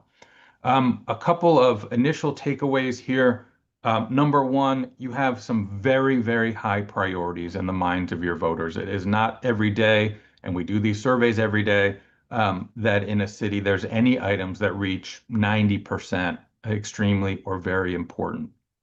Further, it is not very common to get items in the high 60s and low 70s for extremely important. So a number of things that voters are saying are really very strong in their views that they want to see the city make investments in those areas and make this be part of a measure. At the top of the list is maintaining safe and clean drinking water, 76% extremely important, 93 extremely or very important. As I mentioned, in some cases, we tested different wording for similar items. And so if you go down two, you see protecting the long-term local drinking water supply, that's at 90%. So either way, we asked about water and drinking water. It was a very, very high priority. Maintaining public safety, the second item on the screen here, gets 67%, extremely important, 92 overall, nearly as high overall as a safe and clean drinking water. And just a big, broad statement in terms of one of the key priorities of your city. As you see on this slide, there's some other elements related to public safety that are also high priorities, helping keep public areas safe and clean. You'll see down at the bottom, recruiting and retaining qualified firefighters and paramedics. Another priority that comes up a couple times at this top of the list is street issues. You see repairing streets and potholes right in the middle of this slide at 87%, addressing speeding and unsafe driving, and fixing damaged local streets and roads, all being very, very high priorities for voters. And then rounding out the top of the list, we have retaining local small businesses and jobs, and then a broader statement that's not service related, but it's more of an outcome, third from the bottom, maintaining the city's long-term financial stability. Again, All of these are very, very high priorities. You'll notice the orange bars for not too important are very small. If we continue to the next slide and further thinking on this question, we've got another item related to the drivability of local streets and roads. That's at 83. Broadly speaking, being able to maintain essential services is a high priority. And these, while they're on the second slide, these are still very high priorities, right? These are still things well over 3/4 of voters are saying are extremely or very important. Two items related to homelessness, whether we're talking about encampments or just broadly addressing homelessness. You've got more items related to roads, but a little more specific. Lighted stop signs on dark roads, upgrading roads so they don't flood during major storms, as well as improving driver and pedestrian safety. We have some more public safety in the sense of recruiting and retaining qualified police officers and improving emergency response times. Remember, I was saying as a problem that doesn't rate as a top issue, but as a way of using resources from this potential measure, it is high on the list. And then similar to the idea of maintaining essential services, which was the second, in the middle here is ensuring the city can meet future needs. Just another way of sort of framing the same idea. And then I think lastly, in terms of some of the highlights here from this question, creating safe children's play areas, disaster response and preparedness and response. We've got some others that are related again to roads, synchronizing traffic signals, upgrading, repairing storm drains. We've got preventing flooding, increasing coordination between the police and fire departments, improving 911 emergency response by funding police stations, so not just overall, but specifically with that police station element, and then adding sidewalks on major streets, which you'll see is, a little bit further down the list in terms of an overall priority, but we get 50% for that one, saying it's extremely important, a little bit higher than some of the prior items. Next, we wanted to make sure that voters did not only rely on just their initial reaction to this ballot question, because we know over time, if the city council chooses to put the measure on the ballot, the voters are going to learn more about it. The city will be telling people what the measure is and what it's about. There may be some people who are not part of the city who want to support it and explain to their community why they support it, as well as people who could oppose it. So to give you a sense of where that's likely to go in terms of the viability of a measure, we simulated what could happen if there were people providing educational statements about the measure from kind of the city's perspective, right? Here's what it's all about. Here's what it would do. Here's what it would accomplish. And then we had the respondents have a second look at the ballot question.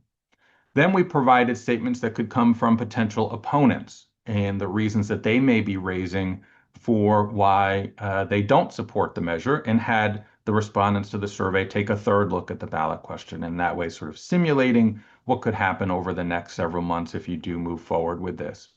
What we see is that after simulating all of that outreach, education, potential opposition, the measure maintains a good level of support. So it started at 62 to 27 when they first heard about it, provided them with the education from the city's perspective. That's the middle vote there, where it got 69% yes to 22% no, definitely yes, reaching 46%. After simulating what could happen if there's some organized opposition who are out there communicating the reasons they may come up with for why they don't support the measure, kind of goes back to where it started, right? Back to those initial views, 63% yes, 27% no, 11% undecided. And again, you need 50% plus one, so 63 is still putting the measure in a good position to be successful. It's outside the margin of error, and the definitely yes is still strong at 39%. So a few conclusions, and then happy to take any questions that you have. We see a strong perception among likely voters in Victorville that the city needs additional funding. Some of the most serious problems in the minds of voters are homelessness, speeding and unsafe driving, housing costs, crime, the lack of good paying jobs. We think a 1 cent sales tax measure is viable for further planning for the November 2026 election. You've got support for a measure that begins at 62%, above the simple majority vote threshold required, and outside the margin of error of the survey. Following the back and forth of information and opposition, Opinions on the measure are still positive. We're still at more than 6 in 10 who support it. And some of the priorities for funding are maintaining safe and clean drinking water or protecting water supply, public safety services, repairing streets, and there's many others, as you saw, that voters are responding to at a high level and saying they want to make sure that some of the revenue from this measure, if it happens, is going in that direction. So I will stop sharing there. Happy to put things back up if you want to have further discussion on any particular slide. So with that, Madam Mayor and members of the council, I think just to close out, this presentation, I think it's important for you to know, from our perspective, that this presentation certainly was done so at your direction, certainly wasn't intended to advocate by any stretch of the imagination. It was really intended to just provide you with factual information, really designed to allow you to make the most informed decision about whether or not it's appropriate to consider the placement or the drafting of ballot language and ultimately code language. And I think it's also important to recognize that as that's ultimately the question before you, I think it's important for you to know and even recognize that by deciding to move forward based upon what you have heard here, if that's what you so choose to do, that in and of itself isn't an endorsement of the measure. It's effectively agreeing that it's appropriate to include your residents, your voters in the deliberative process, in the decision-making process. And with all of this information that we've provided you, especially what's provided in the infrastructure analysis, it would certainly be intended that this would be shared publicly, communicated publicly, so that the best opportunity for awareness about the needs that we've shared with you is also shared with the community. And so with that, both Adam and I, along with all of the staff that participated, we're certainly available for any questions or comments you might have. Thank you, sir. Madam Clerk, would you please read the recommendation? That the Honorable City Council directs staff to proceed with the next steps that will place a 1% sales tax measure on the November 2026 ballot. Thank you, ma'am. At this time, we'll do technical questions from council members. Councilmember Godin. Thank you, Madam Mayor. Yes, I do have just a couple clarifying questions. Mr. Metzler, it's very fair to say that Measure P has done, if not exceeded, what we intended for it to do. Is that fair? It certainly has done what we intended for it to do. We've been very pleased with the results and the outcomes. Just some of the numbers we've seen: homelessness decreased 67%. I know that we also broke ground with our animal care and control facility, and we've put lots of money towards our fire department to increase our public safety. Code enforcement has been huge, cleaning up the city. So it's clear to see that Measure P has done what we set out for it to do. Is it fair to say that Measure P didn't have the infrastructure needs baked into it, because at the time, the needs that were pressing were what Measure P needed to go towards? So when it comes to our roadway and our waste stormwater, those things weren't necessarily as pressing as we're seeing that now. Is that correct? That's 100% correct. So this measure, I like what I see when I see the numbers going towards our roadways and drinking water and all of those things. And I understand that really what we're seeing is that we have such rapid growth within our city. And then of course the cost increased in just supplies and, things that we're going to need to build, building materials, those types of things. So is it fair to say that this new measure would go leaps and bounds towards taking care of maybe even some issues that have been backlogged for a while? Absolutely, yes. So it could potentially do what Measure P did back in 2020. It could bring us not only up to where we need to be, where we're backlogged, but also forward for the future. Absolutely correct. Okay. I did want to say thank you for the presentation to city staff and to FM3 for all of your hard work in putting together. It was a lot of information. I'm sure all my council members feel a little bit like they're swimming in the pool right now. But I think, none Your of us. time is up. Go ahead and finish. I think none of us want to see, taxes increase. but we also have to understand that the city is growing and that we need to meet the needs. And so, thank you very much for all of this information. I'm certainly going to continue to read through it and dissect it as much as possible. But I think it's important that we inform the public as much as we can. So thank you very much. Councilwoman Irving? Yes, thank you, Madam Mayor. Well, I want to say, I want to piggyback on what my colleague has said. No one wants to see taxes increase, but I think the data presented tonight makes a powerful case that our needs, well, anytime you have growth, that calls for expansion. But the data shows that our infrastructure needs are great. And so I think that you did a wonderful job. I want to thank everyone that participated in this analysis, but I think you did a wonderful job connecting the dots so that we felt the gravity of what you were trying to say. At least I did. But I do have a question that you could clarify for me. So the 865 million, that cost, those needs are what we need today, right? You didn't factor in anticipated growth in the population. That's what we need today. That's correct. That's a present value of all the needs, and then recognizing that, of course, the 1% measure, the 1 cent measure, couldn't satisfy that entire amount. That's why we went through the cash flow analysis then to figure out, okay, of that 865, what is considered priority, and how can we plan for that over time? And so, yeah, this measure doesn't crack the entire equation, but certainly gives you a big opportunity over time to eat into that. Well, you drove that point home, believe me, in your presentation. I do also want to ask, so the 1% increase, 1% sales tax increase is not going to tip the iceberg of what we will need, even if we consider if population growth continues. My question to you, you want to answer? Because I have a two-pronged question. My question to you is, how soon do you anticipate, because what you've done is did a forecast or a projection based on 10 years, right?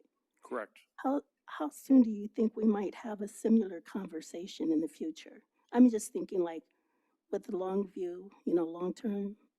You mean, presuming this gets approved, would there be a time where we'd be considering another one down the road? Is that what you're asking? I am indeed.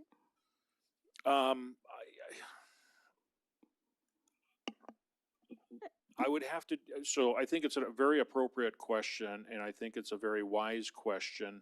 And the answer is going to be found if we looked closely at the general fund and Measure P. Because after we do the infrastructure, there is a reality that we're still experiencing with the general fund and Measure P, and that is that they are deficit spending. And unless there's new revenue sources, especially on the general fund side, that's actually helping overcome that deficit spend. And when I say deficit spend, it's not because of poor budgeting. It has everything to do with the cost of service outpacing the revenue growth. And so I can't answer that specifically in terms of a time frame, but what I can tell you is based upon the cash flow modeling that we do, it's very likely that a council is going to be faced with that down the road when it gets to that point to where your Measure P and your general fund start dipping below your reserves. Okay, thank you very much. That's it, Madam Mayor. Thank you. Thank you, ma'am. Councilwoman Mora? Hello. So I would like to say the same thing. I think thank you, staff. This was a very extensive report with a lot of very valuable information to see where we were, where we're at, and where we're going. I do have to agree with Councilmember Irving that, Measure P was just 5 years ago. Here we are again. And although this was projected for 10 years, looking at the annual, it doesn't even meet what that is to be expected. So I do share the same concern that we're going to see this coming up again.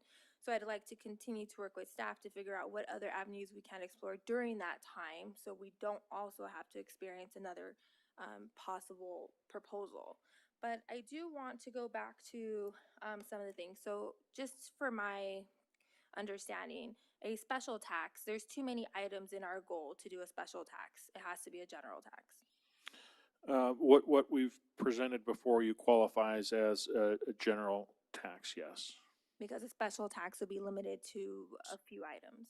Typically, a special tax would be much more specific, much more precise to one or two specific items. And it would have to meet a threshold of 67%? To pass a special tax, it would require 2/3 vote, so 66.7%. Okay, because my concern is, although I think, our council and our staff are on the trajectory to do a lot of these infrastructure preparedness, be it that there may be a different council or different staff, that could go to a different direction where infrastructure and public safety may not be a priority. So, I do share the concern that I'd like for all of these things that are goals to be continued to be oversight, like we do currently have a committee that oversees where the direction is going. And if I can quickly, my last question was, going back to our fire for the NFPA standard response time. I know you said right now medic is 6.32, fire is 7.76, and staff said that with these adjustments of the additional fire stations, we could get to 3 to 5 minutes. But my question is, what is the NFPA standard time request? 5 minutes. 5 minutes, okay. And so you said for 2 fire stations and adjustment, it's $41 million, and that is in today's dollars? Correct. Do we have plans already in place for that to break ground if we did have the money? Not on the 2 stations, no. So how long would it take for us to be able to do that plan, those plans specifically, and get that going?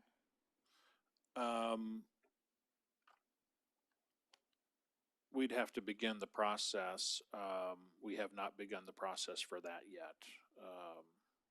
How long would it take? I mean, we'd have to go through a RFP process, bring on an architect, do the conceptual design, complete design. I mean, that could be 2-year process. Because I agree, I think with the growth we're having, we're going to need to be prepared for all of this, but maybe, 5 years down the line, we see another increase like we did. Your time is up. Go ahead and finish. In 2022, and so by that point, we might need to see another increase for another station. So I just wanted to know, but thank you, staff, for all of your time and effort. I know that was not easy to compile and put together, so thank you. If I can, Madam Mayor, just touch on one comment, the second to last comment that Councilmember Mora spoke to, and I was interpreting that relative to oversight. That is one thing that we haven't talked about, and ultimately you can talk about. It's not a decision that needs to be made now or a decision that needs to be made tomorrow, but it's something worth thinking about. And that is if the council, you've got a very big responsibility here, very thoughtful decision that has to be made. And it's entirely possible, given the general nature of this, that council that succeeds you in the future, they can completely do something different and not respect, certainly what you're trying to do here. I'd like to believe that wouldn't happen, but it's entirely possible. And so certainly the experience that we had, and it seems to be helpful, is, and the council did it at the time to try to do everything they possibly can to encourage the intent of the measure being carried out. And so that's why we do have the oversight board for Measure P. This council could ultimately consider, having this measure be subject to the same oversight committee, or create its own oversight committee. I mean, that's completely up to you. But I think the point in that is, and just to reiterate, the Measure P Oversight Committee and what it serves, it meets 2 times a year. It serves 2 fundamental purposes for this council, and that is to review prior to the budget, which that's why we have an item later on this agenda to reaffirm. They convene one time before you consider approval of the budget, and they review the budget as it relates specifically to Measure P, and they opine to you as to whether or not what's in that budget is consistent with the intent that was established back in 2020 for Measure P. And so, and I'm sorry, the second time that they meet is when the financial statements come out. We've completed the audited process. Measure P committee convenes again to review those audited statements to ensure that the funds that were budgeted were actually spent consistent with the intent of Measure P. And they opine in both cases to you, yes or no, that the monies have been budgeted and spent consistently. And that's something that's completely within your prerogative as it relates to this future measure. Thank you, sir. Mayor Pro Tem Harriman? Yeah, thank you, Madam Mayor. Well, again, I get to talk almost last, so everybody asks a lot of questions I want. I have a question, and this is pretty much the same stats that we went through at the workshop, correct? The presentation, this is the second presentation. This is our first public presentation of this. That's what I mean, okay. And this question is for FM3. Thank you for the presentation, very thorough. I have a couple questions. And I'm just wondering, I think, in my opinion, 500 people for the survey seems like a low number. Could you explain that a little bit to me? And I haven't spoke to anybody that has taken the survey. So could you run through that a little bit for me?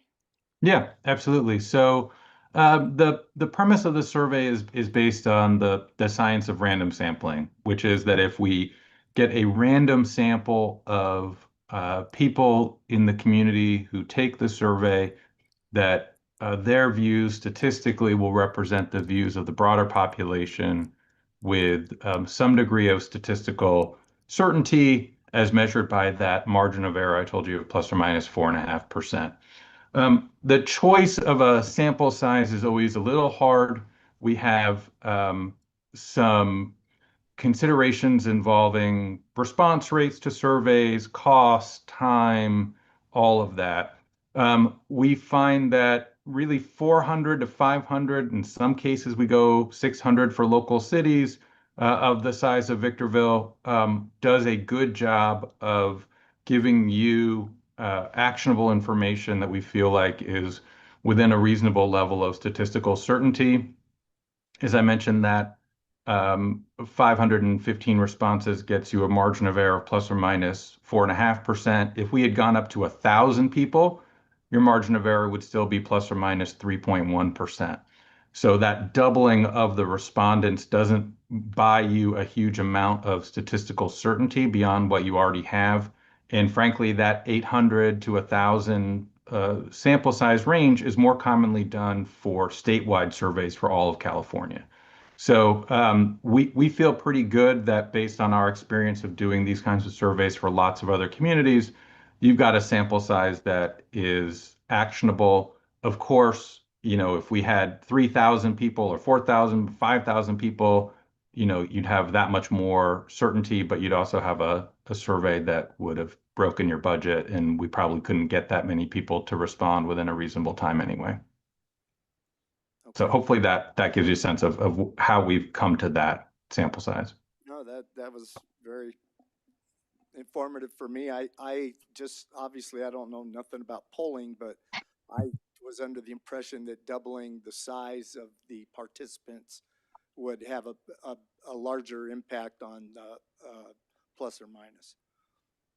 Yeah, if we were at a really low number, like 100 or 200, then doubling that has a bigger impact. It's sort of depreciating returns. The larger you get, each additional interview only gets you so much more precision than what you already had. It's sort of like if you, we're trying to figure out if the sandwich you made tasted good. You took a reasonable sized bite. You took a little bit bigger bite. It's not going to tell you anything more than what you already knew from the first one.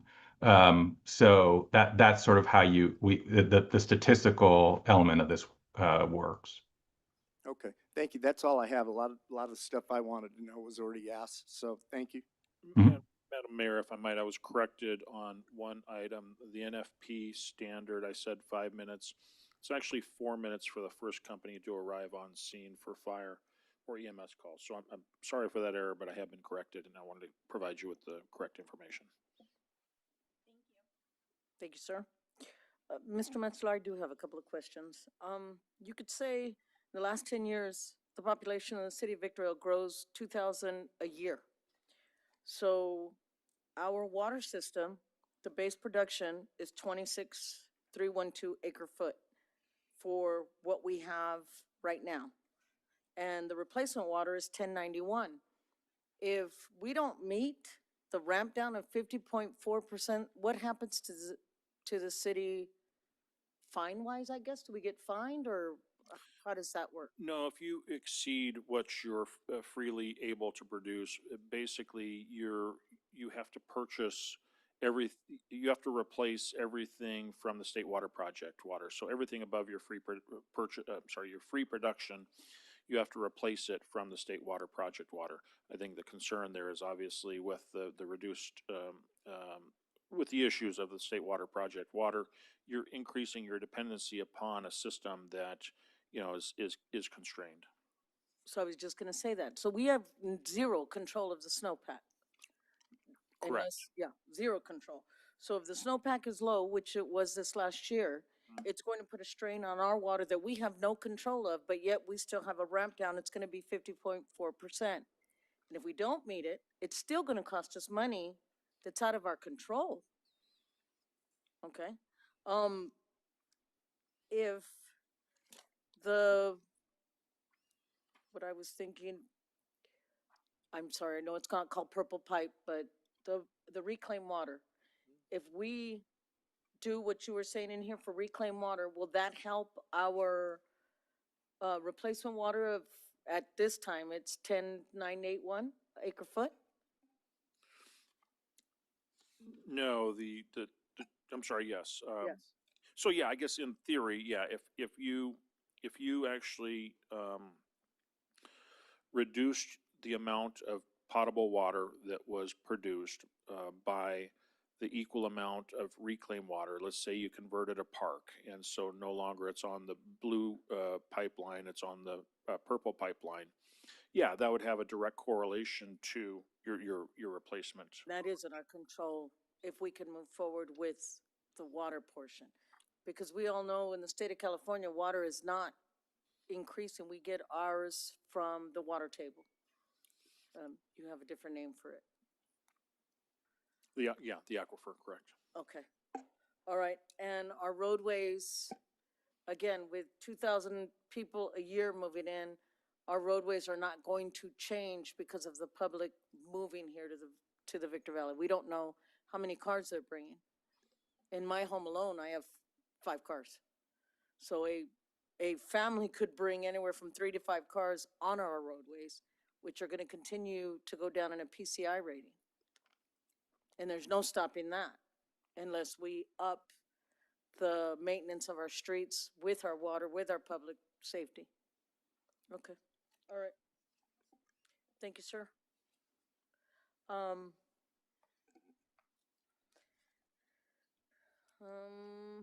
Need to move, we're good on that?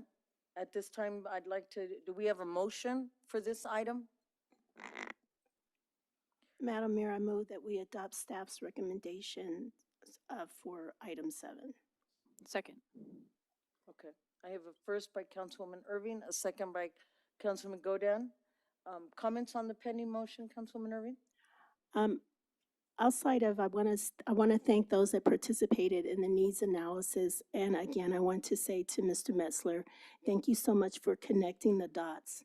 The need is great, and so we need to, well, I'm saying my opinion. I think there's a need for action. Thank you. Councilman Godin? I just want to echo the sentiments of Councilmember Irving, but I also want to say, Mr. Metzler and your team, thank you for your transparency.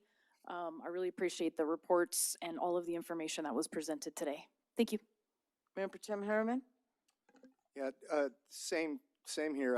I'm definitely going to take this home and look at it more thoroughly, but it was put together nice, and I appreciate that. Thank you. That's all. Councilman Mora? I guess I'm echoing the same thing. The reports are very transparent. The numbers are there. Connecting the dots, as you say, is definitely useful and helpful. So just, that this is just approving that the vote will definitely depend on the people. So like we got to see what the people of Victorville support, what they want. And so ultimately that is exactly what we're here for. So thank you. Thank you. Ditto the same to staff and everything. What went into this report, not good news, but we have at least a way out. And I hope the public sees that. Madam Clerk, will you take the vote, please? Councilmember Godin? Yes. Councilmember Irving? Yes. Councilmember Mora? Yes. Mayor Pro Tem Harriman, Yes. Mayor Becerra. Yes. Motion passes unanimously. We've now taken action to approve staff's recommendation as presented on the agenda. Item 8, policy regarding disruption of telephonic or internet services occurring during meetings of the City Council pursuant to Senate Bill 707. Mr. Metzler, would you kindly introduce this item? Thank you, Madam Mayor and members of the council. In October of 2025, the governor signed SB 707, which actually requires most public agencies in their public meetings to provide remote access beginning July 1st, 2026. It also requires those same agencies to adopt policies basically to establish processes on how to deal with disruptions in the telecommunication method that's chosen. So if there's a disruption to the internet or the phone, basically we have to establish policies on how we're going to handle that as we transition to making our meetings accessible remotely. And so with that, this item has been co-authored by your city clerk, Jennifer Thompson, along with Andre D. Bortnowski, city attorney. We're all available for any questions or comments you might have. Thank you very much. Madam Clerk, would you please read the recommendation? That the City Council adopt City Council Policy CP-26-01, approving the procedures for recessing and reconvening its meetings in the event of a disruption in telephonic or internet services during an open and public meeting. Thank you. At this time, we'll do technical questions from councilwomen members. Councilwoman Godin? I have none. Thank you, Madam Mayor. Councilwoman Mora? I have none, thank you. Councilwoman Irving? I don't have any questions. Thank you, Madam Mayor. Mayor Pro Tem Harriman? I have none. And I have none. I'd invite a motion for this item. Move to adopt staff recommendation as presented in the agenda. I have a first by Councilwoman Godin, a second by Councilwoman Mora. Councilwoman Godin, comments on the pending motion? I have none. Councilwoman Mora? I have none. Councilwoman Irving? No comments. Thank you. Mayor Pro Tem Harriman? I have none. And I have none. Madam Clerk, will you take the vote, please? Councilmember Godin, Yes. Councilmember Irving, Yes. Councilmember Mora, Yes. Mayor Pro Tem Harriman, Yes. Mayor Becerra. Yes. Motion passes unanimously. We've now taken action to approve staff's recommendation as presented on the agenda. Item 9, consultant professional services agreement with Best Inc. for hydraulical services for well 109. Mr. Metzler, would you kindly introduce this item? Thank you, Madam Mayor and members of the council. Well 109 is one of our oldest in-service wells producing water for the residents of Victorville. It's generally at the southwest location of Palmdale Road and Amargosa Road. And effectively, that well is at the point where it needs to be replaced, likely at a different location within the actual well site. And so this item involves bringing on board a firm to help identify the most appropriate location within that well property so that effectively we can sink a new well in that area. So with that, the author on this item is your Public Works and Water Director, Mr. Doug Matthews, and he's available for any questions or comments you might have. Thank you very much. Madam Clerk, would you please read the recommendation? That the Honorable Victorville Water District Board of Directors find that Best Inc. is the sole provider for well profiling and modification hydrogeological services, and a sole source is approved in accordance with VMC 2.28.100B2, and approve the consultant professional services agreement with Best Inc., project CFC 26-127. Thank you. At this time, we'll do technical questions from council members. Councilwoman Mora? I have none, thank you. Councilwoman Irving? No questions. Thank you. Councilwoman Godin? None, thank you. Mayor Pro Tem Harriman? I have none. And I have none. I'll invite a motion for this item. Motion to adopt staff's recommendation as presented on the agenda. Second. First by Mayor Becerra, second by Councilwoman Irving. I have no comments on the pending motion. Councilwoman Irving? No comments, Madam Mayor. Councilman Godin? None, thank you. Councilwoman Mora? None, thank you. Mayor Pro Tem Harriman? I have none. Madam Clerk, will you take the vote, please? Councilmember Godin, Yes. Councilmember Irving, Yes. Councilmember Mora, Yes. Mayor Pro Tem Harriman, Yes. Mayor Becerra. Yes. Motion passes unanimously. We've now taken action to approve staff's recommendation as presented on the agenda. Item 10, Law Enforcement Contract 94-909-A-56, Memorandum of Understanding with the Victor Elementary School District to fund school resource officers, and agreement between the City of Victorville and Matriarch Victor Valley LP. Mr. Metzler, would you kindly introduce this item? Thank you, Madam Mayor and members of the council. Yes, this item is a annual item for us and effectively memorializes our relationship with the San Bernardino County Sheriff as it's memorialized the relationship dating back to 1963. And so this item is an amendment to that original contract, where in this year we're proposing no change to the level of service. It involves 146 members of the department. 103 would be sworn officers, 43 are non-sworn, including office general, sheriff service specialists, along with our share of the number of dispatchers in the dispatch center.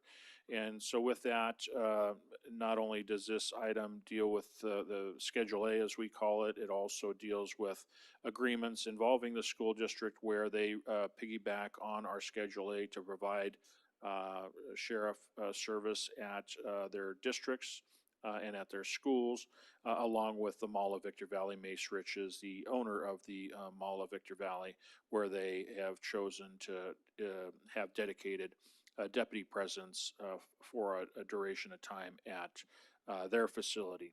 And so with that, this item is a total of $41,992,496. It does represent an increase of 7.8% over the previous year, which is a pretty substantial increase. In large part, I think the big contributing factors were, first, the biggest being increases to the risk pool. Basically, the risk pool has been experiencing some fairly dramatic payouts, whether it's settlement or nuclear jury awards, as we call them, along with, of course, you've got the traditional MOU agreed upon increases that serve as pay increases to the represented folks making up the department. And so with that, this item does provide your law enforcement services throughout the city. This item has been worked on by both myself and Mr. Tony Camargo. He's available telephonically, and we're available for any questions or comments you might have. Thank you very much, sir. Madam Clerk, would you please read the recommendation? That the Honorable City Council approve the 56th Amendment to Law Enforcement Contract 94-909-A56 for the period of July 1, 2026 through June 30th, 2027, and authorize the mayor or her designee to process all documents required for this agreement. Approve the Memorandum of Understanding by and between the City of Victorville and the Victor Elementary School District for the same period to fund school resource officers, and authorize the city manager or his designee to process all documents required for this agreement. And approve the agreement by and between the City of Victorville and Macerich Victor Valley LP for one deputy, and authorize the city manager or his designee to process all documents required for this agreement. Thank you very much, ma'am. At this time, we'll do technical questions from council members. Mayor Pro Tem Harriman, I have none. Councilwoman Godin, I have none. Councilwoman Mora, I have none, thank you. Councilwoman Irving. I don't have any questions, Madam Mayor. I have done. I'll invite a motion for this item. Move to adopt staff's recommendation. Second. We have a first by Councilwoman Irving, a second by Councilwoman Mora. Councilwoman Irving, comments on the pending motion? No comments, ma'am. Councilwoman Mora, None, thank you. Councilwoman Godin, None, thank you. Mayor Pro Tem Harriman, I have none. and I have none. Madam Clerk, will you take the vote, please? Councilmember Godin, Yes. Councilmember Irving, Yes. Councilmember Mora, Yes. Mayor Pro Tem Harriman, Yes. Mayor Becerra. Yes. Motion passes unanimously. We've now taken action to approve staff's recommendation as presented on the agenda. Item 11, purchase of a Type 1 Pierce Pumper under cab engine. Mr. Metzler, would you kindly introduce this item? Thank you, Madam Mayor and members of the council. At each fire station where we operate frontline equipment, which would be your first responding apparatus, whether it's the medic engine or the medic squad or even the brush engine if we're cross-staffing it, or the tiller, I should say. Obviously, we've spent a lot of time and resource over the last year basically buying new and getting newer, more reliable frontline engines first response. And also, as a part of that process, we've been pushing back the into a reserve status the prior first responders. And this item is about trying to improve the health and reliability of the reserve fleet that we currently have, starting with Station 312. And Station 312 currently has a 20-year-old reserve apparatus that has a tremendous amount of miles on it. And so effectively, this is working towards starting to improve the reserve fleet that we have by putting newer units back there at Station 312. That is a newer apparatus, though it's already about 7 years old. It's one of the original KMEs that we purchased when we first stood up the department back in 2019. And so with that, this item is intended to push that current frontline engine into a reserve status and bringing forward this new engine to serve as frontline response, providing newer, more reliable service out of that station, and certainly a frontline engine that's consistent with the other frontline engines that we've been purchasing. And so with that, this item has been authored by your fire chief, Mr. Bobby Clemmer, and he's certainly available for any questions or comments you might have. Thank you, sir. Madam Clerk, would you please read the recommendation? That the Honorable City Council approve the purchase of a Type 1 Pierce engine from South Coast Fire Equipment in the amount not to exceed $1,300,000 and authorize the city manager to execute all documents necessary to purchase one Type 1 fire apparatus. Thank you, ma'am. At this time, we'll do technical questions from council members. Councilwoman Irving? I don't have any questions. Thank you, Madam Mayor. Mayor Protem Harriman? Yes, is this going to take as long to get as the other ones?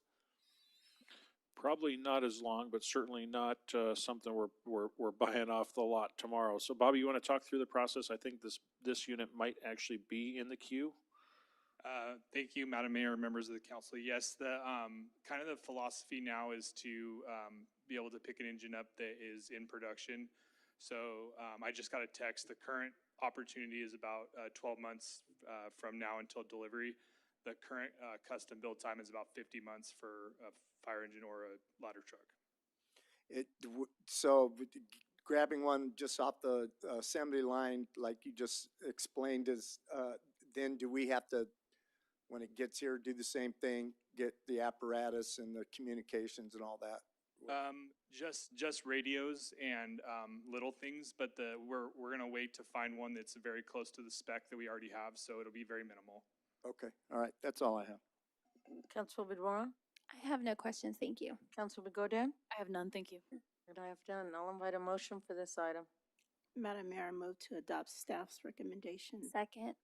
We have a first by Councilwoman Irving, a second by Councilwoman Mora. Councilwoman Irving, comments on the pending motion? No comments, thank you. Councilwoman Mora, comments on the pending motion? I have none, thank you. Councilwoman Godin? None, thank you. Mayor Protem Harriman? Yes, I'm just glad we got another piece of equipment. We're looking good. Thanks. Madam Clerk, will you take the vote, please? Councilmember Godin? Yes. Councilmember Irving? Yes. Councilmember Mora? Yes. Mayor Protem Harriman? Yes. Mayor Becerra? Yes. Motion passes unanimously. We've now taken action to approve staff's recommendation as presented on the agenda. Item 12, Measure P Oversight Committee membership. Mr. Metzer, would you kindly introduce this item? Thank you, Madam Mayor and members of the council. This item involves membership on the Measure P Oversight Committee, and this involves 3 members where their 2-year terms are expiring, and it's being brought forward that these members with expiring terms be renewed for additional four-year terms now that we have staggered terms on the board.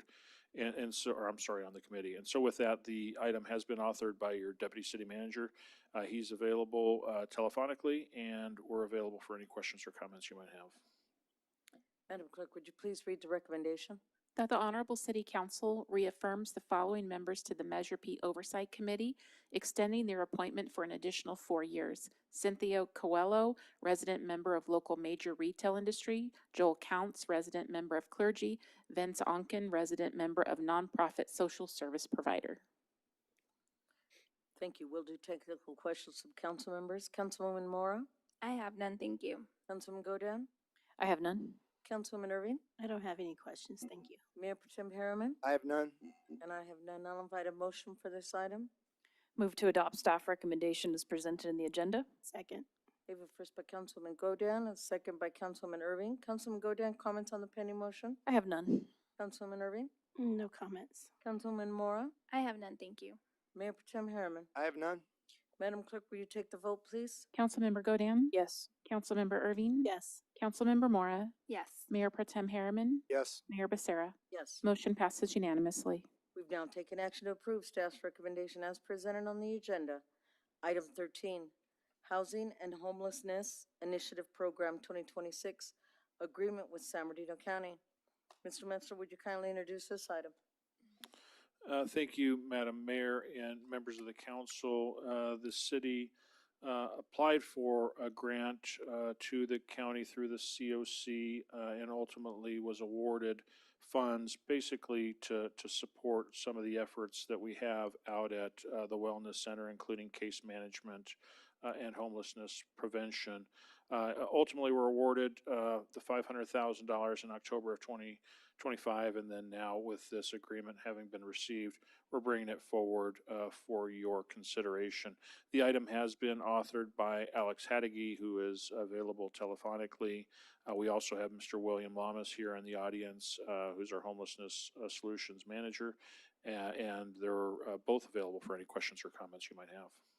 Thank you, sir. Madam Clerk, would you please read the recommendation? That the Honorable City Council adopt Resolution Number 26-045, accepting the Housing and Homelessness Incentive Program HHIP 2026 grant funding in the amount of $500,000 to support the fiscal sustainability of the Victorville Wellness Center, supportive case management, and assist with homelessness prevention. Authorize the city manager or his designee to finalize all documents needed to execute the HHIP 2026 contract and administer the overall project.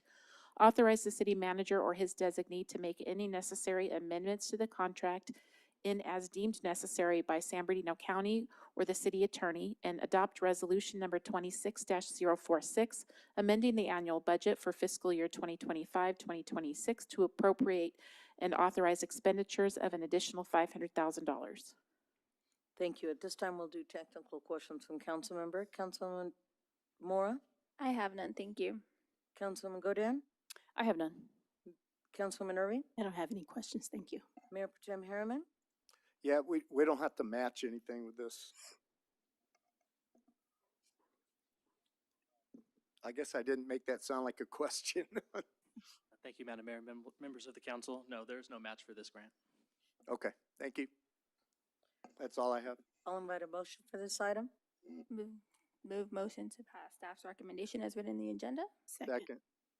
I have a first by Councilwoman Mora, a second by Mayor Pro Tem Harriman. Comments on the pending motion, Councilwoman Mora? I have none, thank you. Mayor Pro Tem Harriman? I have none. Councilwoman Irving? No questions, thank you. Excuse me, no comments. Councilwoman Godin? I have none. And I have none. Madam Clerk, will you take the vote, please? Councilmember Godin? Yes. Councilmember Irving? Yes. Councilmember Mora? Yes. Mayor Pro Tem Harriman? Yes. Mayor Becerra? Yes. Motion passes unanimously. We've now taken action to approve staff's recommendation as presented on the agenda. Item 14, Community Cleanup and Employment Pathway Grant Agreement with the California Department of Transportation for the City of Victorville's Old Town Beautification and Workforce Empowerment Initiative. Mr. Metzler, would you kindly introduce this item? Thank you, Madam Mayor and members of the council. This item also involves a grant, this time by Caltrans, focused on targeted litter removal, graffiti abatement, enhancement, and allows monies to be partnered with our wellness center to provide workforce development to patrons or clients of our wellness center. And so with that, this item also has been authored by Alex Haddigi, your city planner. We also, again, have Mr. William Lamas available here in the audience as well, your homelessness solutions manager. They're both available for any questions or comments you might have. Madam Clerk, would you please read the recommendation? That the Honorable City Council adopt resolution number 26-047, accepting community cleanup and employment pathway CCEP grant funding in the amount of $300,000 to support a city Old Town beautification and workforce empowerment initiative focusing on litter abatement and public space beautification within the public right-of-way while creating workforce development opportunities for wellness center clients facing barriers to employment. Authorize the city manager or his designee to finalize all documents needed to execute the CCEP contract and administer the overall project. Authorize the city manager or his designee to make any necessary amendments to the contract as deemed necessary by the California Department of Transportation, Caltrans, or the city attorney, and adopt resolution number 26-048, amending the annual budget for fiscal year 2025-2026 to reflect an additional appropriation in the amount of $300,000. Thank you. Technical questions from council members. Mayor Protem Harriman? Yeah,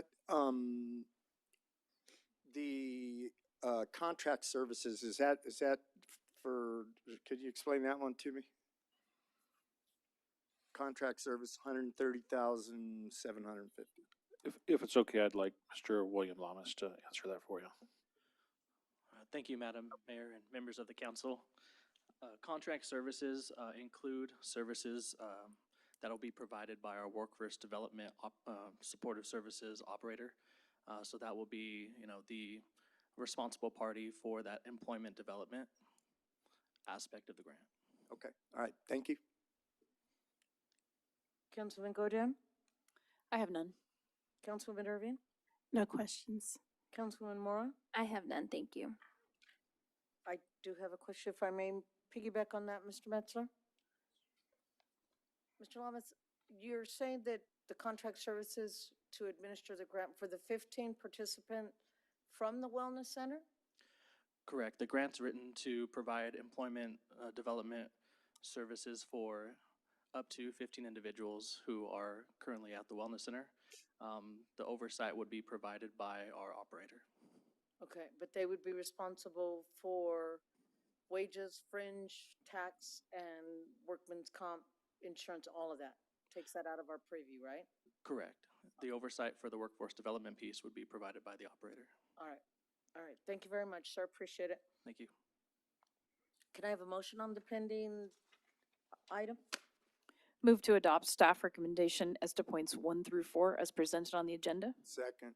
For first by Councilman Godin, a second by Mayor Protem Harriman. Councilman Godin, comments on the pending motion? No comments, thank you. Mayor Protem Harriman? Yeah, I think this is great, a great program. I mean, that'll, everyone complains all the time, well, the homeless should be doing this or that, so I think this is a great grant.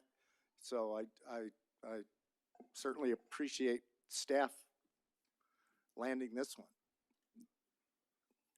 Councilwoman Irving? No comments. Councilwoman Mora? No comments, thank you. Madam Clerk, will you take the vote, please? Councilmember Godin, Yes. Councilmember Irving, Yes. Councilmember Mora, Yes. Mayor Protem Harriman, Yes. Mayor Becerra. Yes. Motion passes unanimously. We've now taken action to approve staff's recommendation as presented on the agenda. Item 15, letter of support, Confire grant application for safe streets and roads for all. Mr. Metzler, would you kindly introduce this item? Yes, thank you, Madam Mayor and members of the council. As you know, we are a member of the Confire Agency, and the Confire Agency largely has been the dispatch agency for our fire department, along with all of the member agency fire departments of that organization. And as you also know, it's undertaken an application to ultimately become the ambulance ground transportation provider throughout the county of San Bernardino. But as a part of its role, it also has undertaken a program inside the dispatch center. It's an ECNS program, which is an emergency communications nursing system. And with that, under that area of responsibility, they are considering applying for funds to further integrate the ECNS program into the emergency communication system. And so with that, as members and supporters of that program administratively, they've asked for a letter of support. Staff would like to provide that letter of support, but certainly requiring your approval before we do so. And so with that, I have authored the item and certainly can answer any more questions you might have. Thank you very much, sir. Madam Clerk, would you please read the recommendation? That your honorable city council authorize the mayor to sign a letter of support for Confire's grant application for safe streets and roads for all. Thank you. At this time, we'll do technical questions from council members. Councilwoman Mora? I have none, thank you. Councilwoman Godin? I do. Thank you, Madam Mayor. Mr. Metzler, I'm not sure if this goes to you or to Chief Clemmer, but does this put a nurse in the dispatch center? I would like Mr. Clemmer to answer that, please. Thank you, Madam Mayor, members of the council. There is currently dispatchers embedded in Confire in our dispatch center. This all started through ARPA. They started the program with ARPA funding, and then the county's been subsidizing it up till this point. So what this will give is five solid years of ECNS funding through the grant that they're applying for. So it financially stabilizes what we're already currently offering. Correct. Okay, thank you. That's all I had. Councilwoman Irving? No, I don't have any questions. Mayor Pro Tem Harriman? I have none. I'll invite a motion for this item. Move to adopt staff recommendation as presented in the agenda. Second. First by Councilwoman Godin and a second by Councilwoman Irving. Councilwoman Godin, comment on the pending motion? None. Councilwoman Irving? No comments, thank you. Councilwoman Mora? I have none, thank you. Mayor Pro Tem Harriman? I have none. And I have none. Madam Clerk, will you take the vote, please? Yes. Councilmember Irving, Yeah, yes. Councilmember Mora, Yes. Mayor Pro Tem Harriman, Yes. Mayor Becerra. Yes. Motion passes unanimously. We've now taken action to approve staff's recommendation as presented on the agenda. Item 16, City Manager reports. Mr. Metzler, you're up.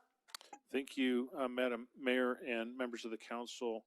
On the community services side of the house, we're very proud to recognize 33 students from Silverado High School whose artwork is currently on display in the back foyer of our chambers here. And so as you exit, please take a moment to view the outstanding exhibits showcased near the main entrance.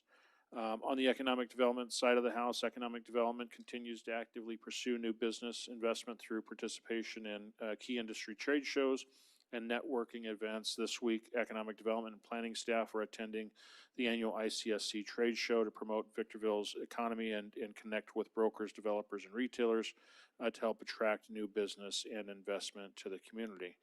On the engineering side of the house, reconstruction work on Roy Rogers Drive and Ridgecrest Road is scheduled to be completed May 29th. Remaining work includes final paving, striping, and punch list item. Upon completion, engineering department will begin preparations to advertise the 2026 citywide street improvement program in coming weeks. And then finally, on the environmental program side, Victorville's Right Stuff contest is now open through September. Residents have a chance to win $100 by properly sorting material in their recycling, organics, and trash carts.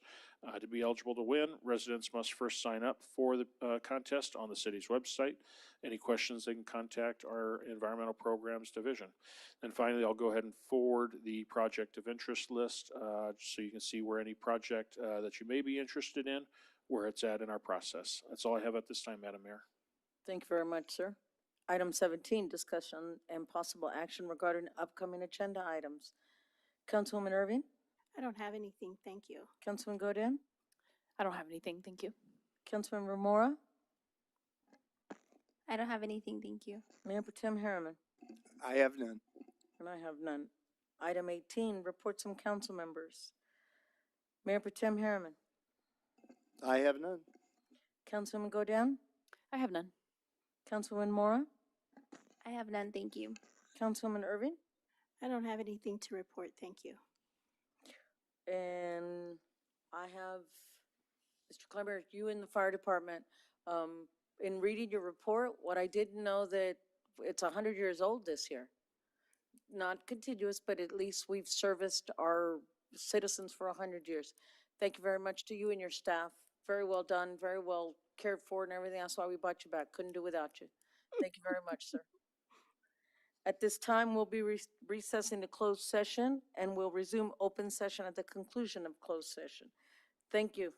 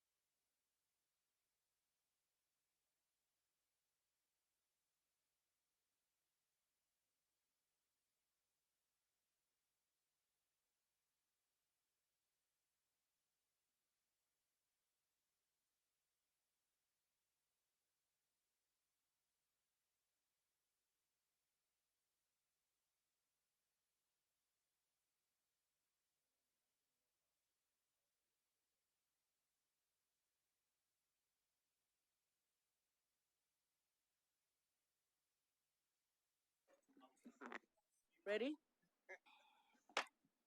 The time is 9:21, and I will call the meeting back to order. Mr. Dibanowski, I put my paperwork away. Closed session announcements. Thank you, Mayor Becerra. We did have a closed session. Find my notes here.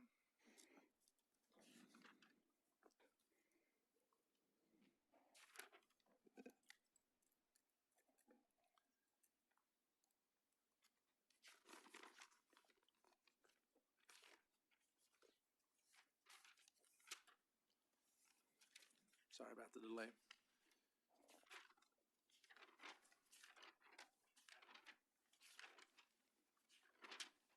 So we had a closed session pursuant to Government Code 54956.9D4, anticipated litigation. The council added this item as an urgency item pursuant to Government Code 54954.2B2 on the finding that there was need to take immediate action and that the item arose after the posting of the agenda based on the information previously provided. The council, through a unanimous vote, has directed the city attorney's office to file an action challenging the county's approval of an addendum to their mitigated neg deck, and we will take whatever actions are necessary in accordance with that approval. That's the end of this reportable action. That's it. Okay, thank you very much. To staff, the city clerk's office, thank you for staying. To the IT staff, thank you. Mr. Webb, thank you for bringing this to our attention. Let's go to the mat. 9:23, the meeting's adjourned.